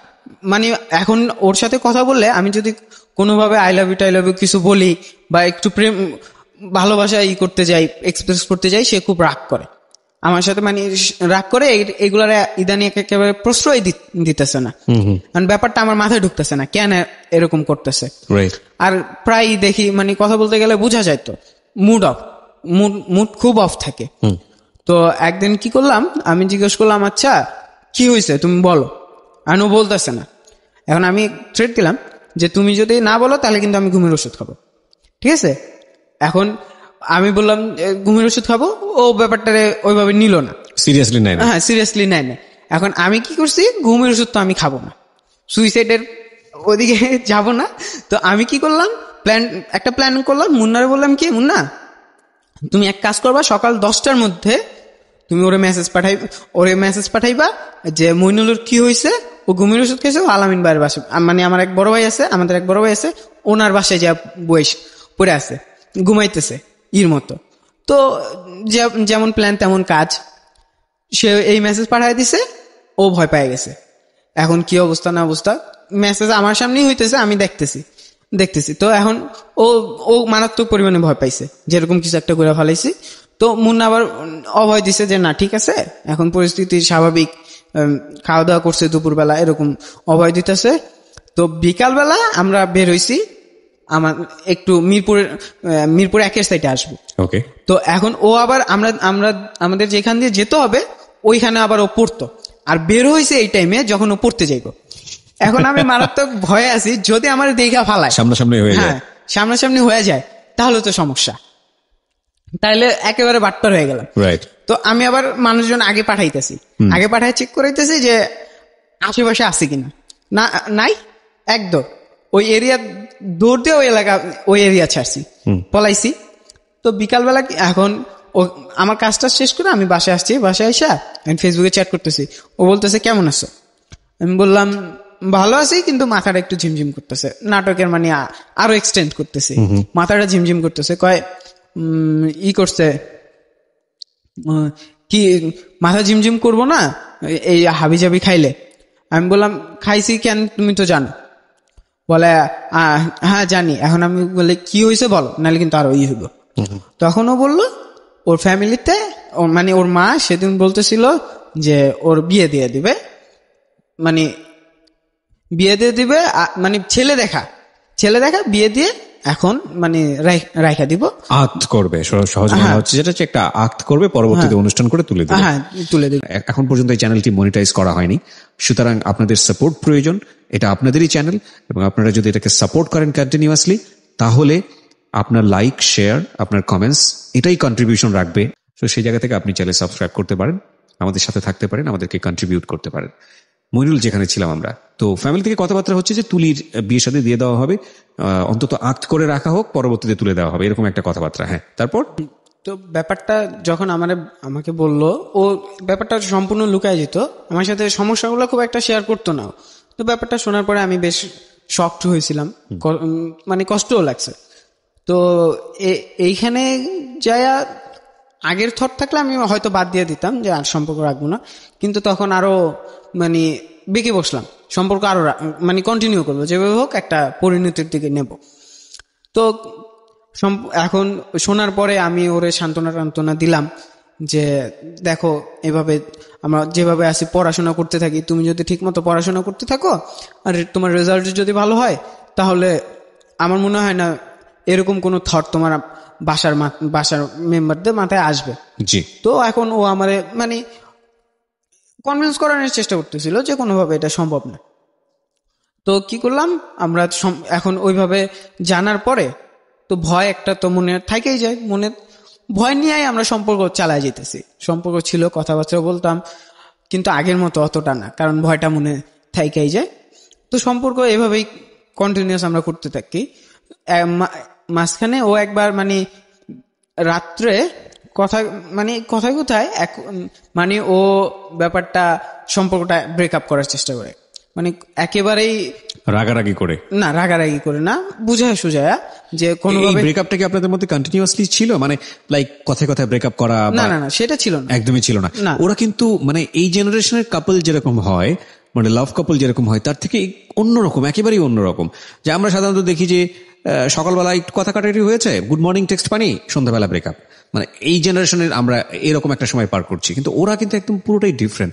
দেখুন কত ঠান্ডা মাথায় ধীরে সুস্থে সময় ব্যয় করে একটা মেয়েকে সে তার জীবনে পেল রিলেশনশিপে, এবং সেখানেও তারা কিন্তু অনেক বেশি হিসেবি।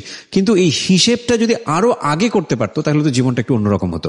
হ্যাঁ, বলেন। তারপর এক রাত্রে কথায় ও ব্রেকআপ করে দেওয়ার চেষ্টা করে, মানে খুব করে ওরে আমি কোনোভাবে কনভিন্স করতে পারি না।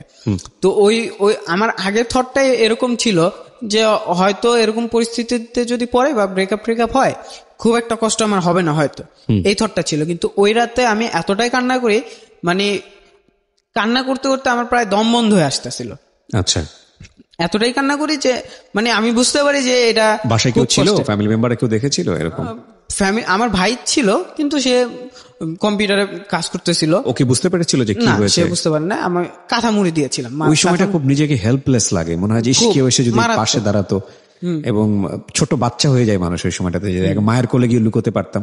মানে এটা বলছি এই কারণে যে এটা গার্লফ্রেন্ডের সাথে রিলেশনশিপ ব্রেকআপ হওয়া তা না, মানে আমি আপনার সিচুয়েশনটা বোঝানোর চেষ্টা করছি যে প্রত্যেকটা মানুষই আসলে মনের দিক থেকে কোনো না কোনোভাবে শিশু।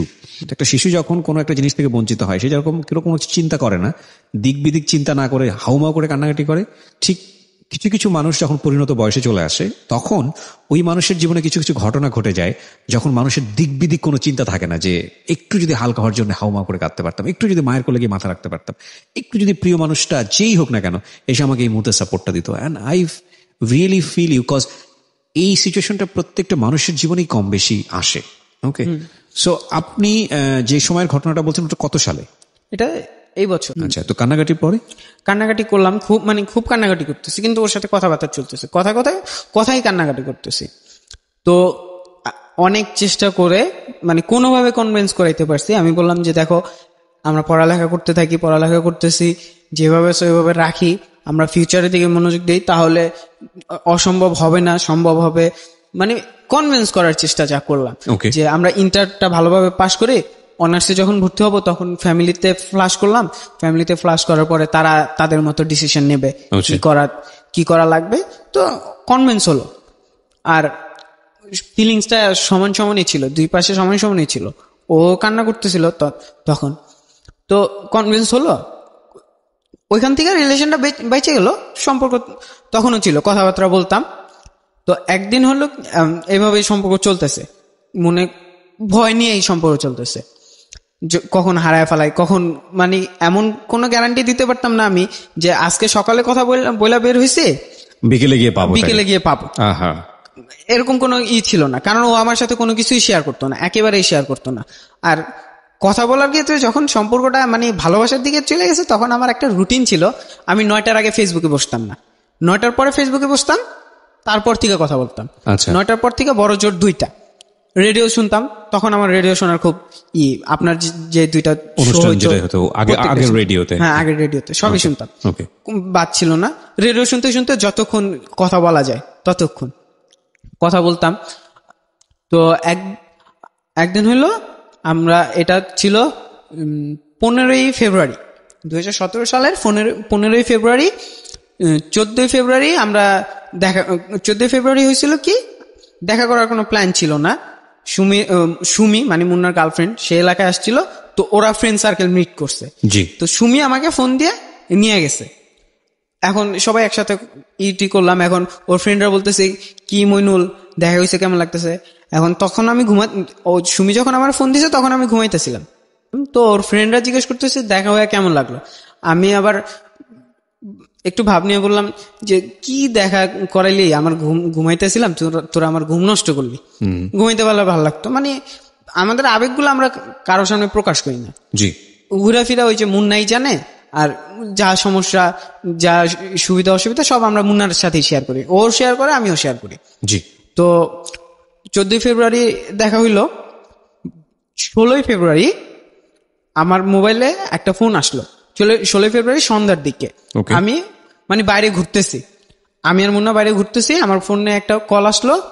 এটা ছিল ওর বোনের, ওই চাচাতো বোনের, যারে ভর্তি করানোর কথা বলতেছিলাম আমি।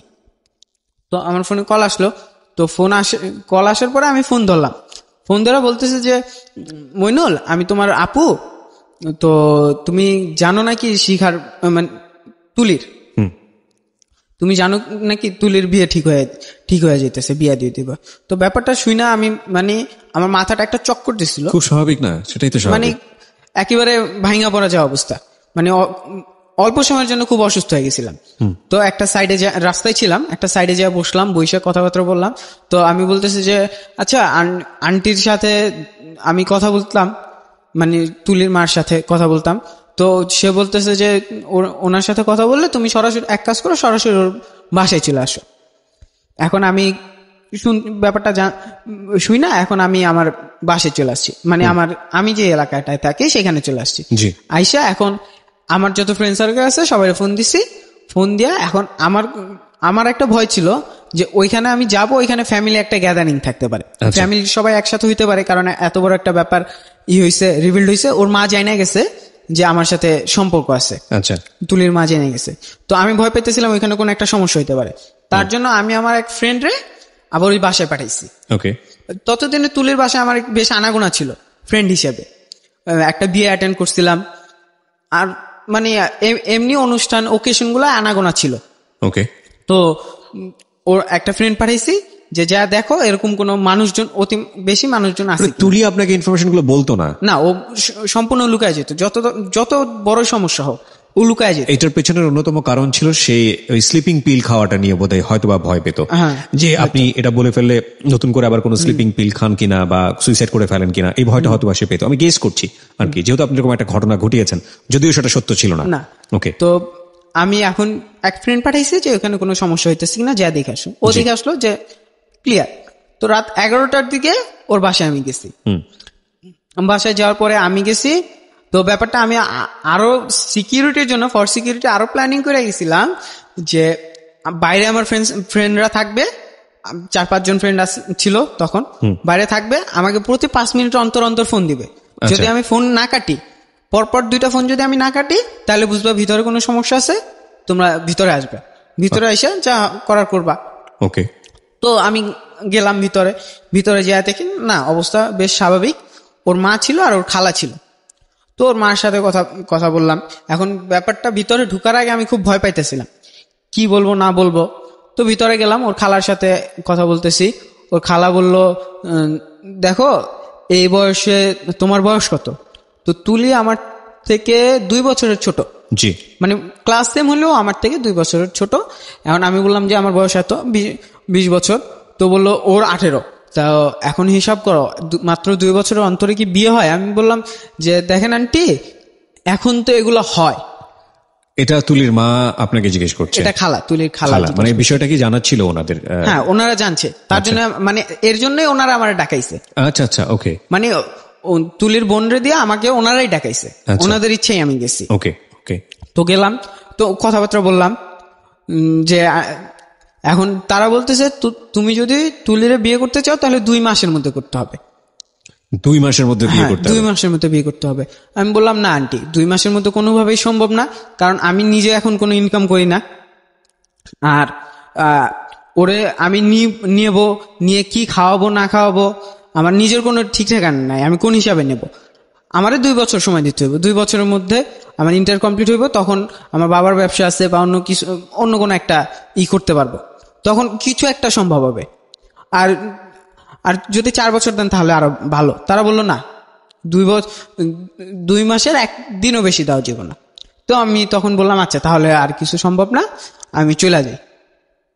তো চলে আসার আগে তারা বড়রা যারা ছিল রুম থেকে বের হয়ে গেল, বললো যে ওরে বুঝায় যাও, তুলিরে বুঝায় যাও। আমি তুলির সাথে কথা বললাম, তুলিরে বললাম, মানে আপনি এটা মানে এগ্রি করলেন যে না, যে ঠিক আছে, এটা আসলে আমি পরাজিত হলাম, 2 মাসের মধ্যে কোনোভাবে কিছু করতে পারবো না।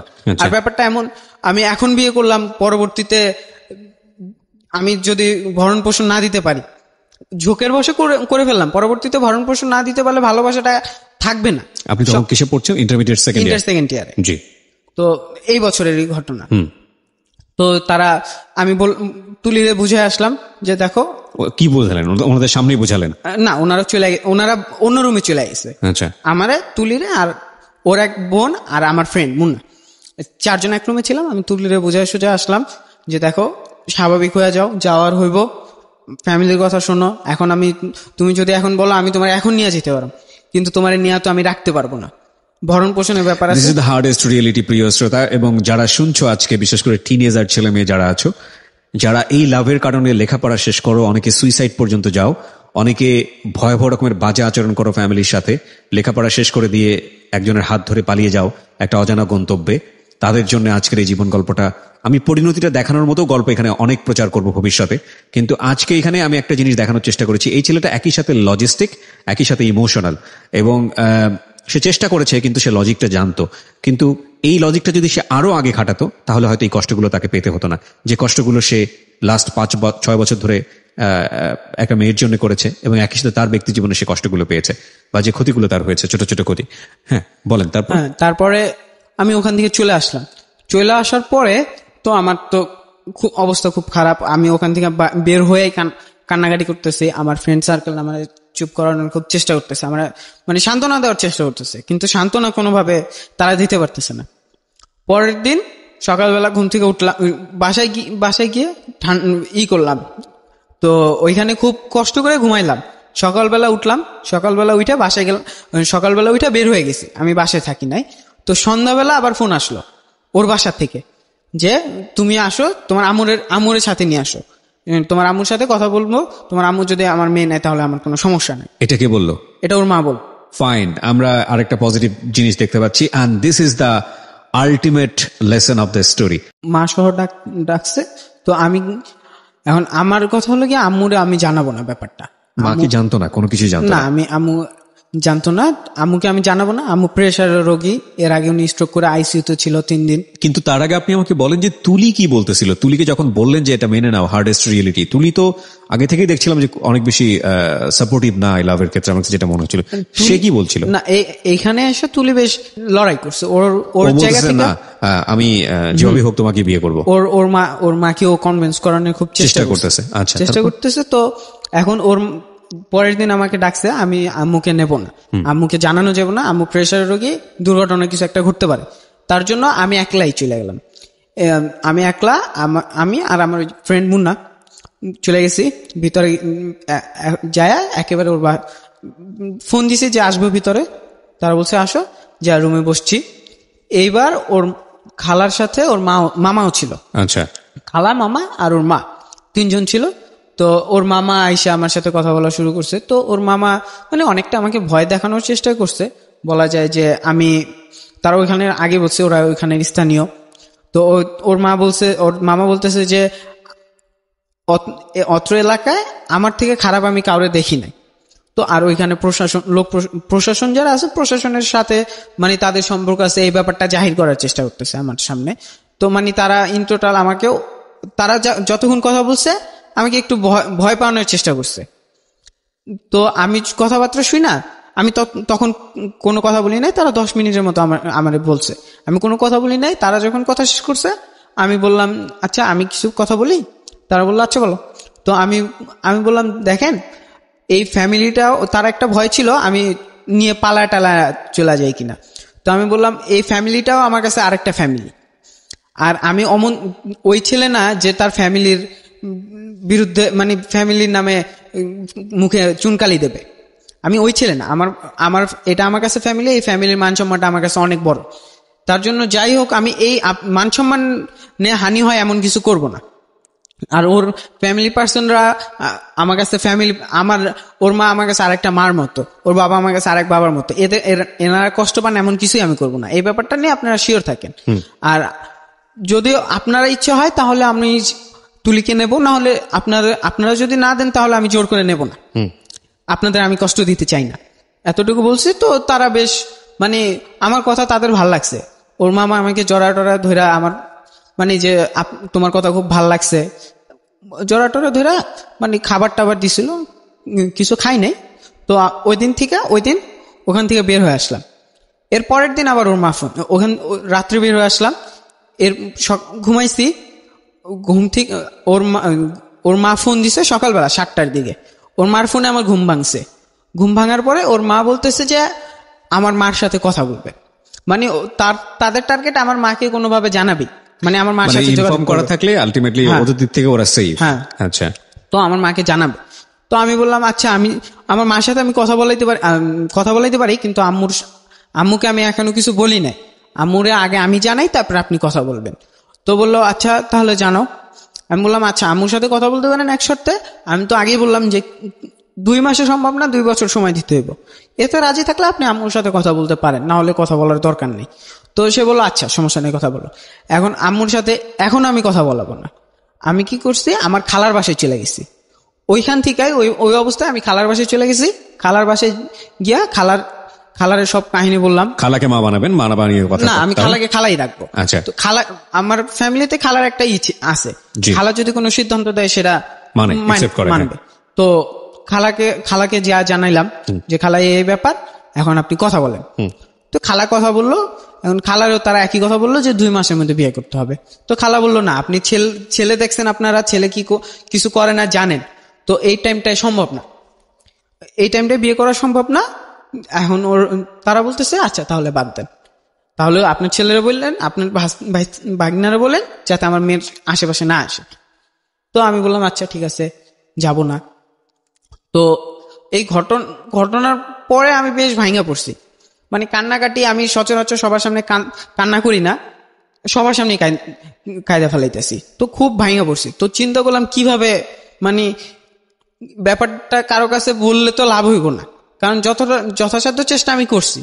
তো কিভাবে মন শান্ত করা যায়। তো এক পর্যায়ে মানে আমার আগে অভ্যাস ছিল, খারাপ লাগলে আমি নামাজ পড়তাম।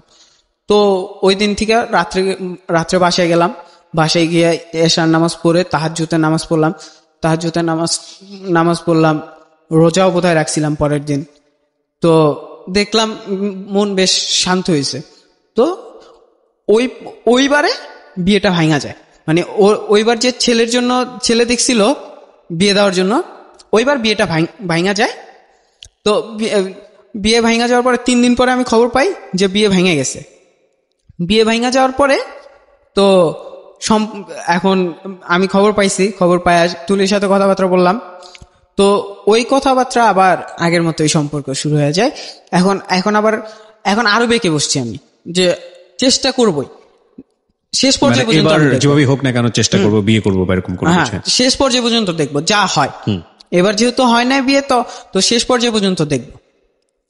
তো শেষ পর্যায়ে পর্যন্ত এখন তখন আমার ফ্রেন্ড সার্কেল যদি কেউ আমাকে জিজ্ঞেস করতো যে তুমি এখনো কেন সম্পর্ক করতেছো, কারণ কোনো ফিউচার নাই তুমি জানো, তখন আমি বলতেছিলাম ব্যাপারটা আমার কাছে এমন যে মৃত্যুর আগে যতটুকু বাঁচা যায় অতটুকু সময় বাঁচি, এরকম ভাবে আমি বলতাম যে মানে যতদিন সাথে থাকতে পারি ততদিন থাকি, বাকিটা পরে দেখা যাব। তো তারপরে এখন এইভাবেই সম্পর্ক চালায় যেতেছি। এই রমজানে আমার কথাবার্তা আগের মতোই চলতেছে, আগের মতোই রিলেশন। ইভেন এবার সম্পর্ক আরো গভীর হয়েছে। এবার একেবারে যে যার জন্যই করতে পারে, জীবনও দিতে পারে, বাধা আসলে যেটা হয় আর কি। হ্যাঁ, তো কি করলাম, রমজান মাসে আমার মোবাইল চুরি হয়ে গেছে। প্রথম রমজানে আমার মোবাইলটা চুরি হয়ে গেছে। তো যোগাযোগটা নাই, বাসায় কম্পিউটার আছে, কম্পিউটারে ওইভাবে বসা যায় না, ভাইয়া বসে, তো ওইভাবে যোগাযোগ করতে পারি না। তো একদিন ওর সাথে কথা হইতেছে, তো আমি বলতেছি তুমি খাওয়া নিয়ে আবার রাগারাগি করতেছি, তুমি খাও না কেন? ও বলতেছে দেখো আমি আর কখনো ঠিক মতো খাবো না। আমি বললাম কেন কখনো ঠিক মতো খাবা না, এটা কোন টাইপের কথা হইলো? ও বলতেছে যতদিন বাঁচি ততদিন আমি ঠিক মতো খাবো না। মানে ওর ব্যাপারটা হলো গিয়া এরকম, সরাসরি সুইসাইড সে করতে পারবো না, ওই সাহসটা নাই, কিন্তু ধুকে ধুকে মরতে চায়। মানে স্বাভাবিক মৃত্যু হোক, কিন্তু ইচ্ছা মৃত্যু হোক, ধুকে ধুকে মরতে চায়। তো ব্যাপারটা আমার কাছে খুব খারাপ লাগলো। তো আমি আমার ফ্রেন্ড সার্কেলের সাথে শেয়ার করলাম যে এই ব্যাপার। ও বলতেছে তাহলে কি করবা? আমি বলি বিয়ে হইলে হোক তাতে সমস্যা নেই, কিন্তু ওর যে মাইন্ডসেট দেখতেছে ও তো যে কোনো সময় দুর্ঘটনা একটা ঘটাইতে পারে, মরে গেলে কি করব? মরে গেলে তো আমি আর থাকতে পারবো না। তো এইভাবেই তো ওর এই ব্যাপারটা দেখা, খাওয়া না খাওয়াটা দেখা আমি আবার খাওয়া দাওয়ায় কখনো কম্প্রোমাইজ করি না। আমার খাওয়া দাওয়া একেবারে পারফেক্ট চলতে হয় সবসময়, যে পরিস্থিতি থাকুক। তো ওর এই পরিস্থিতিটা দেখে আমার খাওয়া দাওয়া বন্ধ হয়ে গেছে। আমি রমজান মাসে ও রমজানে এক বেলা খাইতো, মানে ইফতারি কইরা আর খাইতো না, একেবারে ভোর রাইতে, আর মাঝে মাঝে তাও খাইতো না। আমি ওরকম, মানে আমার খাওয়া দাওয়া বন্ধ, খাইলে খাইতাম, না খাইলে না খাইতাম, এইভাবেই চলতো। তো রমজান শেষ হইল, ঈদের দিন আমার ফ্রেন্ড সার্কেল, ওদের বাসায় আগে চলাচল ছিল, আমি যাইতাম না, আমার ফ্রেন্ড সার্কেল ঠিকই যাইতো। আমার ফ্রেন্ড সার্কেল গেছে ঈদের দিন সকালবেলা ঘুরাফিরা আমরা সময় কাটিয়েছি, সন্ধ্যাবেলা ওরা ওর বাসায় গেছে। তো ওর বাসায় গল্প গুজব করছে, মজা টজা করছে। আসার সময় নাকি ওর মা বলছে আমার ফ্রেন্ড মুন্নারে যে তোমার বোনের তো বিয়ে ঠিক করছি, মানে তুলির কথা বলতেছে, তোমার বোনের তো বিয়ে ঠিক করছি, দু একের মধ্যেই বিয়ে, তুমি দাওয়াত দিলে চলে আইসো। তো ব্যাপারটা তারা আমারে বলছে। এখন তারা বলতেছে যে তুমি কি করবা? মুন্না আমার এভাবে বলছে, দেখো ভাই, আমি তোমাকে টাকা দিয়ে সাহায্য করতে না পারলেও আমার জীবন আছে,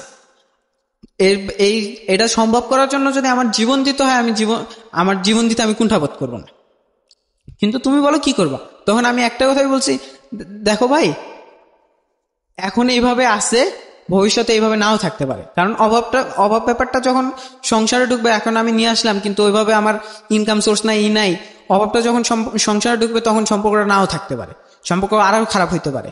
আর এই ব্যাপারটা আমি খুব ভয় পাই। দরকার নেই, যেভাবে আছে সেভাবে চলুক, মাইনা নিতে হবে, কোনো উপায় নেই। তো ওই দিন ওইভাবে কথাবার্তা বললাম। ঈদের তৃতীয় চতুর্থ দিন আমি, আমার ফ্রেন্ড মুন্না আর বাউল, মানে আরেকজন ফ্রেন্ড, আমরা সিলেটে গেছি ঘুরতে। সিলেটে ঘুরতে যায়, তো 2 দিন ঘুরছি। তৃতীয় দিনের দিন মুন্না আমারে বলতেছে যে তুলির বিয়ের তারিখ ঠিক হয়ে গেছে, 14 তারিখ, জুলাই মাসের 14 তারিখ। এই খবরটা আমি পাইছি জুলাইয়ের 1-2 তারিখে আমি খবরটা পাইছি। তো আকাশ মাথায় ভেঙে পড়ছে, কারণ এবার একেবারেই সব কমপ্লিট। তো বিয়ে ঠিক হয়ে গেছে, তো ওইখানে তো আর থাকা যায় না, মন টিকে না, সিলেটে মন টিকে না। ঢাকায় চলে আসলাম। ঢাকায় চলে আইসা তাহাজ্জুদ আবার পড়া শুরু করলাম। দেখি সৃষ্টিকর্তার কাছে কান্নাকাটি করে কিছু হয় কিনা, মানে আশাটা ছাড়তে ইচ্ছা করতেছিল না। তো বেশ, এখন এমন কিছু আমার এমন ইচ্ছা নাই এমন কিছু করবো ওদের ফ্যামিলির মান সম্মান হানি হবে, আমার এই ইচ্ছাটাও নাই। তো 14 তারিখে এখন তুলি প্ল্যান করলো যে ও ফ্যামিলির ভয় দেখানোর জন্য কিছু একটা করবে, মানে ওষুধ টষুধ কিছু একটা খাবে। তো মুন্না কি এখন তুলি ওষুধ খাবে, তো মুন্না আবার এটা মুন্নার সাথে শেয়ার করছে। মুন্না ব্যাপারটা, ততদিন আমার সাথে যোগাযোগ নাই, মুন্না ব্যাপারটা একেবারেই করতে নারাজ, সায় দিতে নারাজ, যে এটা এরকম কিছু করা যাবে না। তো তুলি অনেক চেষ্টা করে মুন্নাকে কনভিন্স করাইছে যে ওষুধ একটা খাবে। তো তুলি ততদিনে মানে ওর মানসিক অবস্থাও যে কোনো সময় যে কোনো দুর্ঘটনা ঘটাইতে পারে। মুন্নার সাথে কন্টিনিউয়াস যোগাযোগ, মুন্না বুঝতে পারতেছে, মুন্না আমার প্রত্যেক মুহূর্তের আপডেট দিতেছে। তো মুন্না 2টা না 3টা ঘুমের ওষুধ দিছিল। আর এইখান থেকে মুন্নার টার্গেট ছিল, মানে ব্যাপারটা এইভাবে ওরা সাজিয়েছিল যে মুন্না ছেলের বাসায় ফোন দিয়ে বলবে যে মেয়ে তো বিয়ে করতে চায় না, সম্পর্ক আছে না আছে এটা কিছু বলবে না, মেয়ে তো বিয়ে করতে চায় না, আপনারা কি করবেন করেন। আর ওই দিক দিয়ে যদি ফ্যামিলি তুলির ওপর রাগারাগি করে তাহলে তুলি ওই 2-1টা ঘুমের ওষুধ খায় ঘুমাবে, তারপরে ফ্যামিলি একটা ভয় পাইলে কিছু একটা করতে পারে। তো ব্যাপারটা যখন মুন্না ওই ফ্যামিলিতে জানাইছে তখনই তুলির মা তুলির যা জিজ্ঞেস করছে যে কি ব্যাপার, তুই নাকি এরকম কিছু বলছিস, তুই নাকি বিয়ে করবি না। তখন তুলি বলছে না আমি করব না। তখনই তুলির মা স্ট্রোক করছে, মানে হার্ট স্ট্রোক করছে, মাইন্ড স্ট্রোক ছিল, খুব একটা গুরুতর না। হাসপাতালে নিয়ে গেছে, তুলির মার অবস্থা দেখে তুলিও অসুস্থ হয়ে গেছে, তুলিরও হাসপাতালে নিয়ে যেতে হয়েছে। 2জন বোধহয় একদিন হাসপাতালে অ্যাডমিট ছিল। তো ওইখান থেকে তারা ডাক্তার ছেড়া দেয়। তো তুলি এখন আর কিছু করতে নারাজ, কারণ ফ্যামিলি মায়ের এই অবস্থা, যদি ও আরো কিছু করে মা বাঁচবে না। তো তুলি নিজে মরতে পারে, এটা ওর যে ফ্যামিলি আমি মরে গেলে যা খুশি তা হোক ফ্যামিলির, ওটা তো আমি দেখবো না, কিন্তু মাকে তো মেরে ফেলতে পারি না। হ্যাঁ, মাকে মেরে ফেলতে পারি না। তো তুলি এখন ওর মাইন্ডসেট এখনো ওইখানেই আছে, ও সুইসাইড করবে, যে কোনো সময় সুইসাইড করে ফেলতে পারে। এটা বুঝা মুন্না তুলিরে মানে দেখা করতে চাইছে যে আপনি দেখা করেন আমার সাথে, আপনার সাথে আমার কথা আছে। তো মুন্নার সাথে দেখা হয়। মুন্নার সাথে দেখা হওয়ার পরে মুন্না বুঝায় সুজায় যে দেখেন আপা, আপনি যদি মারা যান তাহলে শুধু আপনি মরবেন না, আপনার মা মরবে, মইনুল তো মরবেই। আর আপনি ভালো করে জানেন আপনার প্রতি আমার কি ফিলিংস, আপনি আমার কেমন বোন, আপনার যদি কিছু হয় আমিও কিন্তু একটা দুর্ঘটনা ঘটায় ফেলাম। এতগুলা মানুষের মৃত্যুর চেয়ে আপনার একলা ব্যাপারটা মাইনে নেওয়া ভালো না। তো অনেক চেষ্টা করে তুলে কনভিন্স করে। আর তারপরে আমি ওই দিন ফোন দিছিলাম, মুন্নার নাম্বারে ফোন দিছিলাম, তুলির সাথে কথাবার্তা বলছি, কান্নাকাটি। তুলি ওই দিন কান্নাকাটি করছে, কিন্তু সবার সামনে না, আমি ব্যাপারটা জানতাম না কান্নাকাটি করছে। সুমি ওখানে উপস্থিত ছিল, সুমির মুখে শুনলাম যে তুলি ওই দিন বেশ কান্নাকাটি করছে। তো বিয়ের ডেট তারিখ তো আগেই ঠিক, এখন আর কোনো কিছু করা সম্ভব না, সবাই হাল ছেড়ে দিছে। তো আমার খুব একটা শখ ছিল যে ওর বিয়েতে মানে ওকে আমি একটা আংটি গিফট করব। তো ওরকম প্ল্যান ছিল না যে গোল্ড রিং গিফট করব, সিলভার মানে রূপা বা এসএস টাইপের, মানে সুন্দর কিছু একটা, যেটা সামর্থ্য আছে, মানে যেটা আমার পকেট থেকে বের হতে পারে। তো ওরকম কিছু একটা গিফট করব। তো এখন বিয়ে হয়ে যাবে, তো আমার ইচ্ছাটা পূরণ করতে হবে। আর আমি তুলিরে মানে অনেক ইচ্ছাই ছিল, তুলিরে বলতাম যে তোমার সাথে আমার একটা শখ, তোমার সাথে আমি হাত ধরে হাঁটবো, কোনো একদিন তোমার সাথে আমি হাত ধরে হাঁটবো। সেটা সম্ভব হয় না কখনো। মানে কি এই ক্লাস 6 থেকে শুরু করে এই পর্যন্ত কখনোই সম্ভব হয়নি? কখনোই না। ওকে আমি টাচ করছি লাইফে একবার, তাও বাসে ও ভাড়া দিতে নিছে, আমি ওরে ভাড়া দেওয়া আটকাইছি। এই ওরে আমি টাচ করছি এই পর্যন্ত, মানে আমাদের দুজনের মধ্যে এই সম্পর্ক, সামনাসামনি কখনো কথা হয় নাই। তো আংটি গিফট করব আমার শখ ছিল। তো আমার কাছে টাকা ছিল, বেশ কিছু টাকা ছিল, আর হাওলাত নিয়ে মানে ধার নিয়ে আমি ওকে একটা আংটি কিনে দিছিলাম। তো আংটিটা ও জানে না যে আমার পক্ষ থেকে গেছে, ও জানে এটা মুন্নার পক্ষ থেকে গেছে। আমার সেলফ স্যাটিসফ্যাকশনের জন্য আমি আংটিটা গিফট করলাম। 14 তারিখ বিয়ে হয়ে গেছে। 14 তারিখ সকাল থেকে মানে ব্যাপারটা আমার ফিলিংসটা এমন ছিল, কাঁদতে পারতেছি না, কষ্ট লাগতেছে, খুব বেশি কষ্ট লাগতেছে, কিন্তু কান্না আসতেছে না। মনে হইতেছে বুকের ওপর ভারী কিছু একটা ভারী ওজন আছে, ওজনটা সরতেছে না, না কাঁদতে পারতেছি, মানে দম বন্ধ হয়ে আসতেছে প্রতি মুহূর্ত। আমার কাছে মনে হইতেছে আমার দম বন্ধ হয়ে আসতেছে। আর ওই মুহূর্তে এমন মনে হইতেছিল সত্যি মরে যাইতে পারলে শান্তি লাগতো। 14 তারিখ বিয়ে হয়ে গেছে। 14 তারিখ সন্ধ্যাবেলা মুন্না অনুষ্ঠানে গেছিল, বিয়ের অনুষ্ঠানে। তো সন্ধ্যাবেলা মুন্না আসলো, অনুষ্ঠানে খোঁজ খবর বললো কেমন কি, সবই শুনলাম। শুনে এখন একটা জিনিস চিন্তা করলাম, যাওয়ার হয়েছে, এখন আমার কাছে ওয়ে আছে 2টা। এক, এটা ভাইবা কষ্ট পাওয়া, আর না হয় এগুলা সব মাইনা নিয়ে সামনের দিকে তাকানো, সামনে ভবিষ্যতের কথা চিন্তা করা। তো আমার কাছে মনে হইলো যাওয়ার হয়েছে, ভবিষ্যতের দিকে তাকানো ঠিক হইব। কোন ধরনের কোনো ড্রাগ নেননি? না, কোনো, আমি কিছু করি না। তখন আমি নামাজ পড়তাম, মানে আমার সেলফ স্যাটিসফ্যাকশনের একটাই ছিল, নামাজ পড়তাম। মাশাআল্লাহ, মাশাআল্লাহ। তাহাজ্জুদের নামাজ পড়তাম, হাজতের নামাজ পড়তাম, মানে নামাজ আমি মিস দিতাম না। মন সেলফ স্যাটিসফ্যাকশন। কবে ওর বিয়ে হয়েছে? 14 তারিখ জুলাই। জুলাই 14 তারিখ। আজকে এখন ডিসেম্বর মাস চলছে এবং আপনি প্রায় 6 মাস বলা যেতে পারে আপনি রিকভার করেছেন। কতখানি রিকভার করেছেন? এখন আমার পড়ালেখার অবস্থা খুব খারাপ ছিল, তো চিন্তা করলাম ভবিষ্যতের দিকে তাকাতে হবে, তো আবার নতুন করে ভর্তি হয়েছি ইন্টার। এই বছর পরীক্ষা দিয়ে খুব একটা ভালো কিছু করতে পারবো না। 1 বছর গ্যাপ গেছে আপনার? 1 বছর গ্যাপ গেছে, আগামীবার পরীক্ষা দেব। তো ওইভাবে পড়ালেখা নিয়েই আসি। আর একটু মোটিভেশনাল ভিডিও মানে দেখেন, এগুলো দেখি, আর এইসব নিয়ে কাজ করার খুব ইচ্ছা আছে, সেগুলো নিয়ে কাজ করছি। এটা একটা স্টোরি, অসাধারণ জীবন গল্প এটা। বিশেষ করে টিনেজ যারা আছো, যারা ওর বয়সের পড়াশোনার মধ্যে আছো বা যারা স্কুল কলেজে পড়ছো, এরকম একটা সম্পর্কের মধ্য দিয়ে যাচ্ছ, ক্লাসমেটের সাথে সম্পর্ক, তারা আজকের এই জীবন গল্পটা অন্তত সময় পেলে জীবনে 10 বার শুনে নিও। 1 বার 2 বার না, 10 বার। কারণ ও আল্লাহর দ্বারা, মানে ও আল্লাহ ওকে মানে বলা যেতে পারে আশীর্বাদ করেছে, যে কারণে ও রিকভার করে গেছে এই নামাজ পড়ে বা যেভাবেই হোক না কেন প্রার্থনা করে সৃষ্টিকর্তার কাছে। অনেকেই থাকে যে এখান থেকে পুরো জীবনটা নষ্ট হয়ে যায়, স্পয়েলড হয়ে যায়। এরকম গল্প ভবিষ্যতে আসবে। আমি শুধু এতটুকুই বলতে পারি যে যেটার মধ্যে কোনো ভবিষ্যৎ নেই সেটা এক মুহূর্তের জন্য ট্রাই করে যেটার মধ্যে ভবিষ্যৎ আছে সেটা নষ্ট করাটা চরম বোকামো, কারণ এটার জন্য জীবনে অনেক বড় মূল্য দিতে হয়। কি বলতে চান যারা আজকে শুনলো, যে কি বলার আছে তাদের উদ্দেশ্যে? বলার আছে একটাই, আমরা দুঃখ পেলে অনেকেই অনেক দুর্ঘটনা ঘটাই, বিপথে যাই। ব্যাপারটা তো সাইকোলজিক্যাল। আপনারা সৃষ্টিকর্তার কাছে যে ধর্মে আছেন, আপনাদের ধর্ম বিশ্বাস অনুযায়ী সৃষ্টিকর্তার কাছে যদি দোয়া করেন, আমার মনে হয় না আপনাদের কষ্ট ভোলার জন্য কোনো ড্রাগ বা অন্য পথে যাওয়া লাগবে। সৃষ্টিকর্তাই আপনাকে সঠিক পথে নিয়ে যাবে। সৃষ্টিকর্তা আমাদের সবার মঙ্গল করুক, সেই প্রত্যাশা করে, সেই প্রার্থনা জানিয়ে আজকের মতো এখানেই শেষ করছি।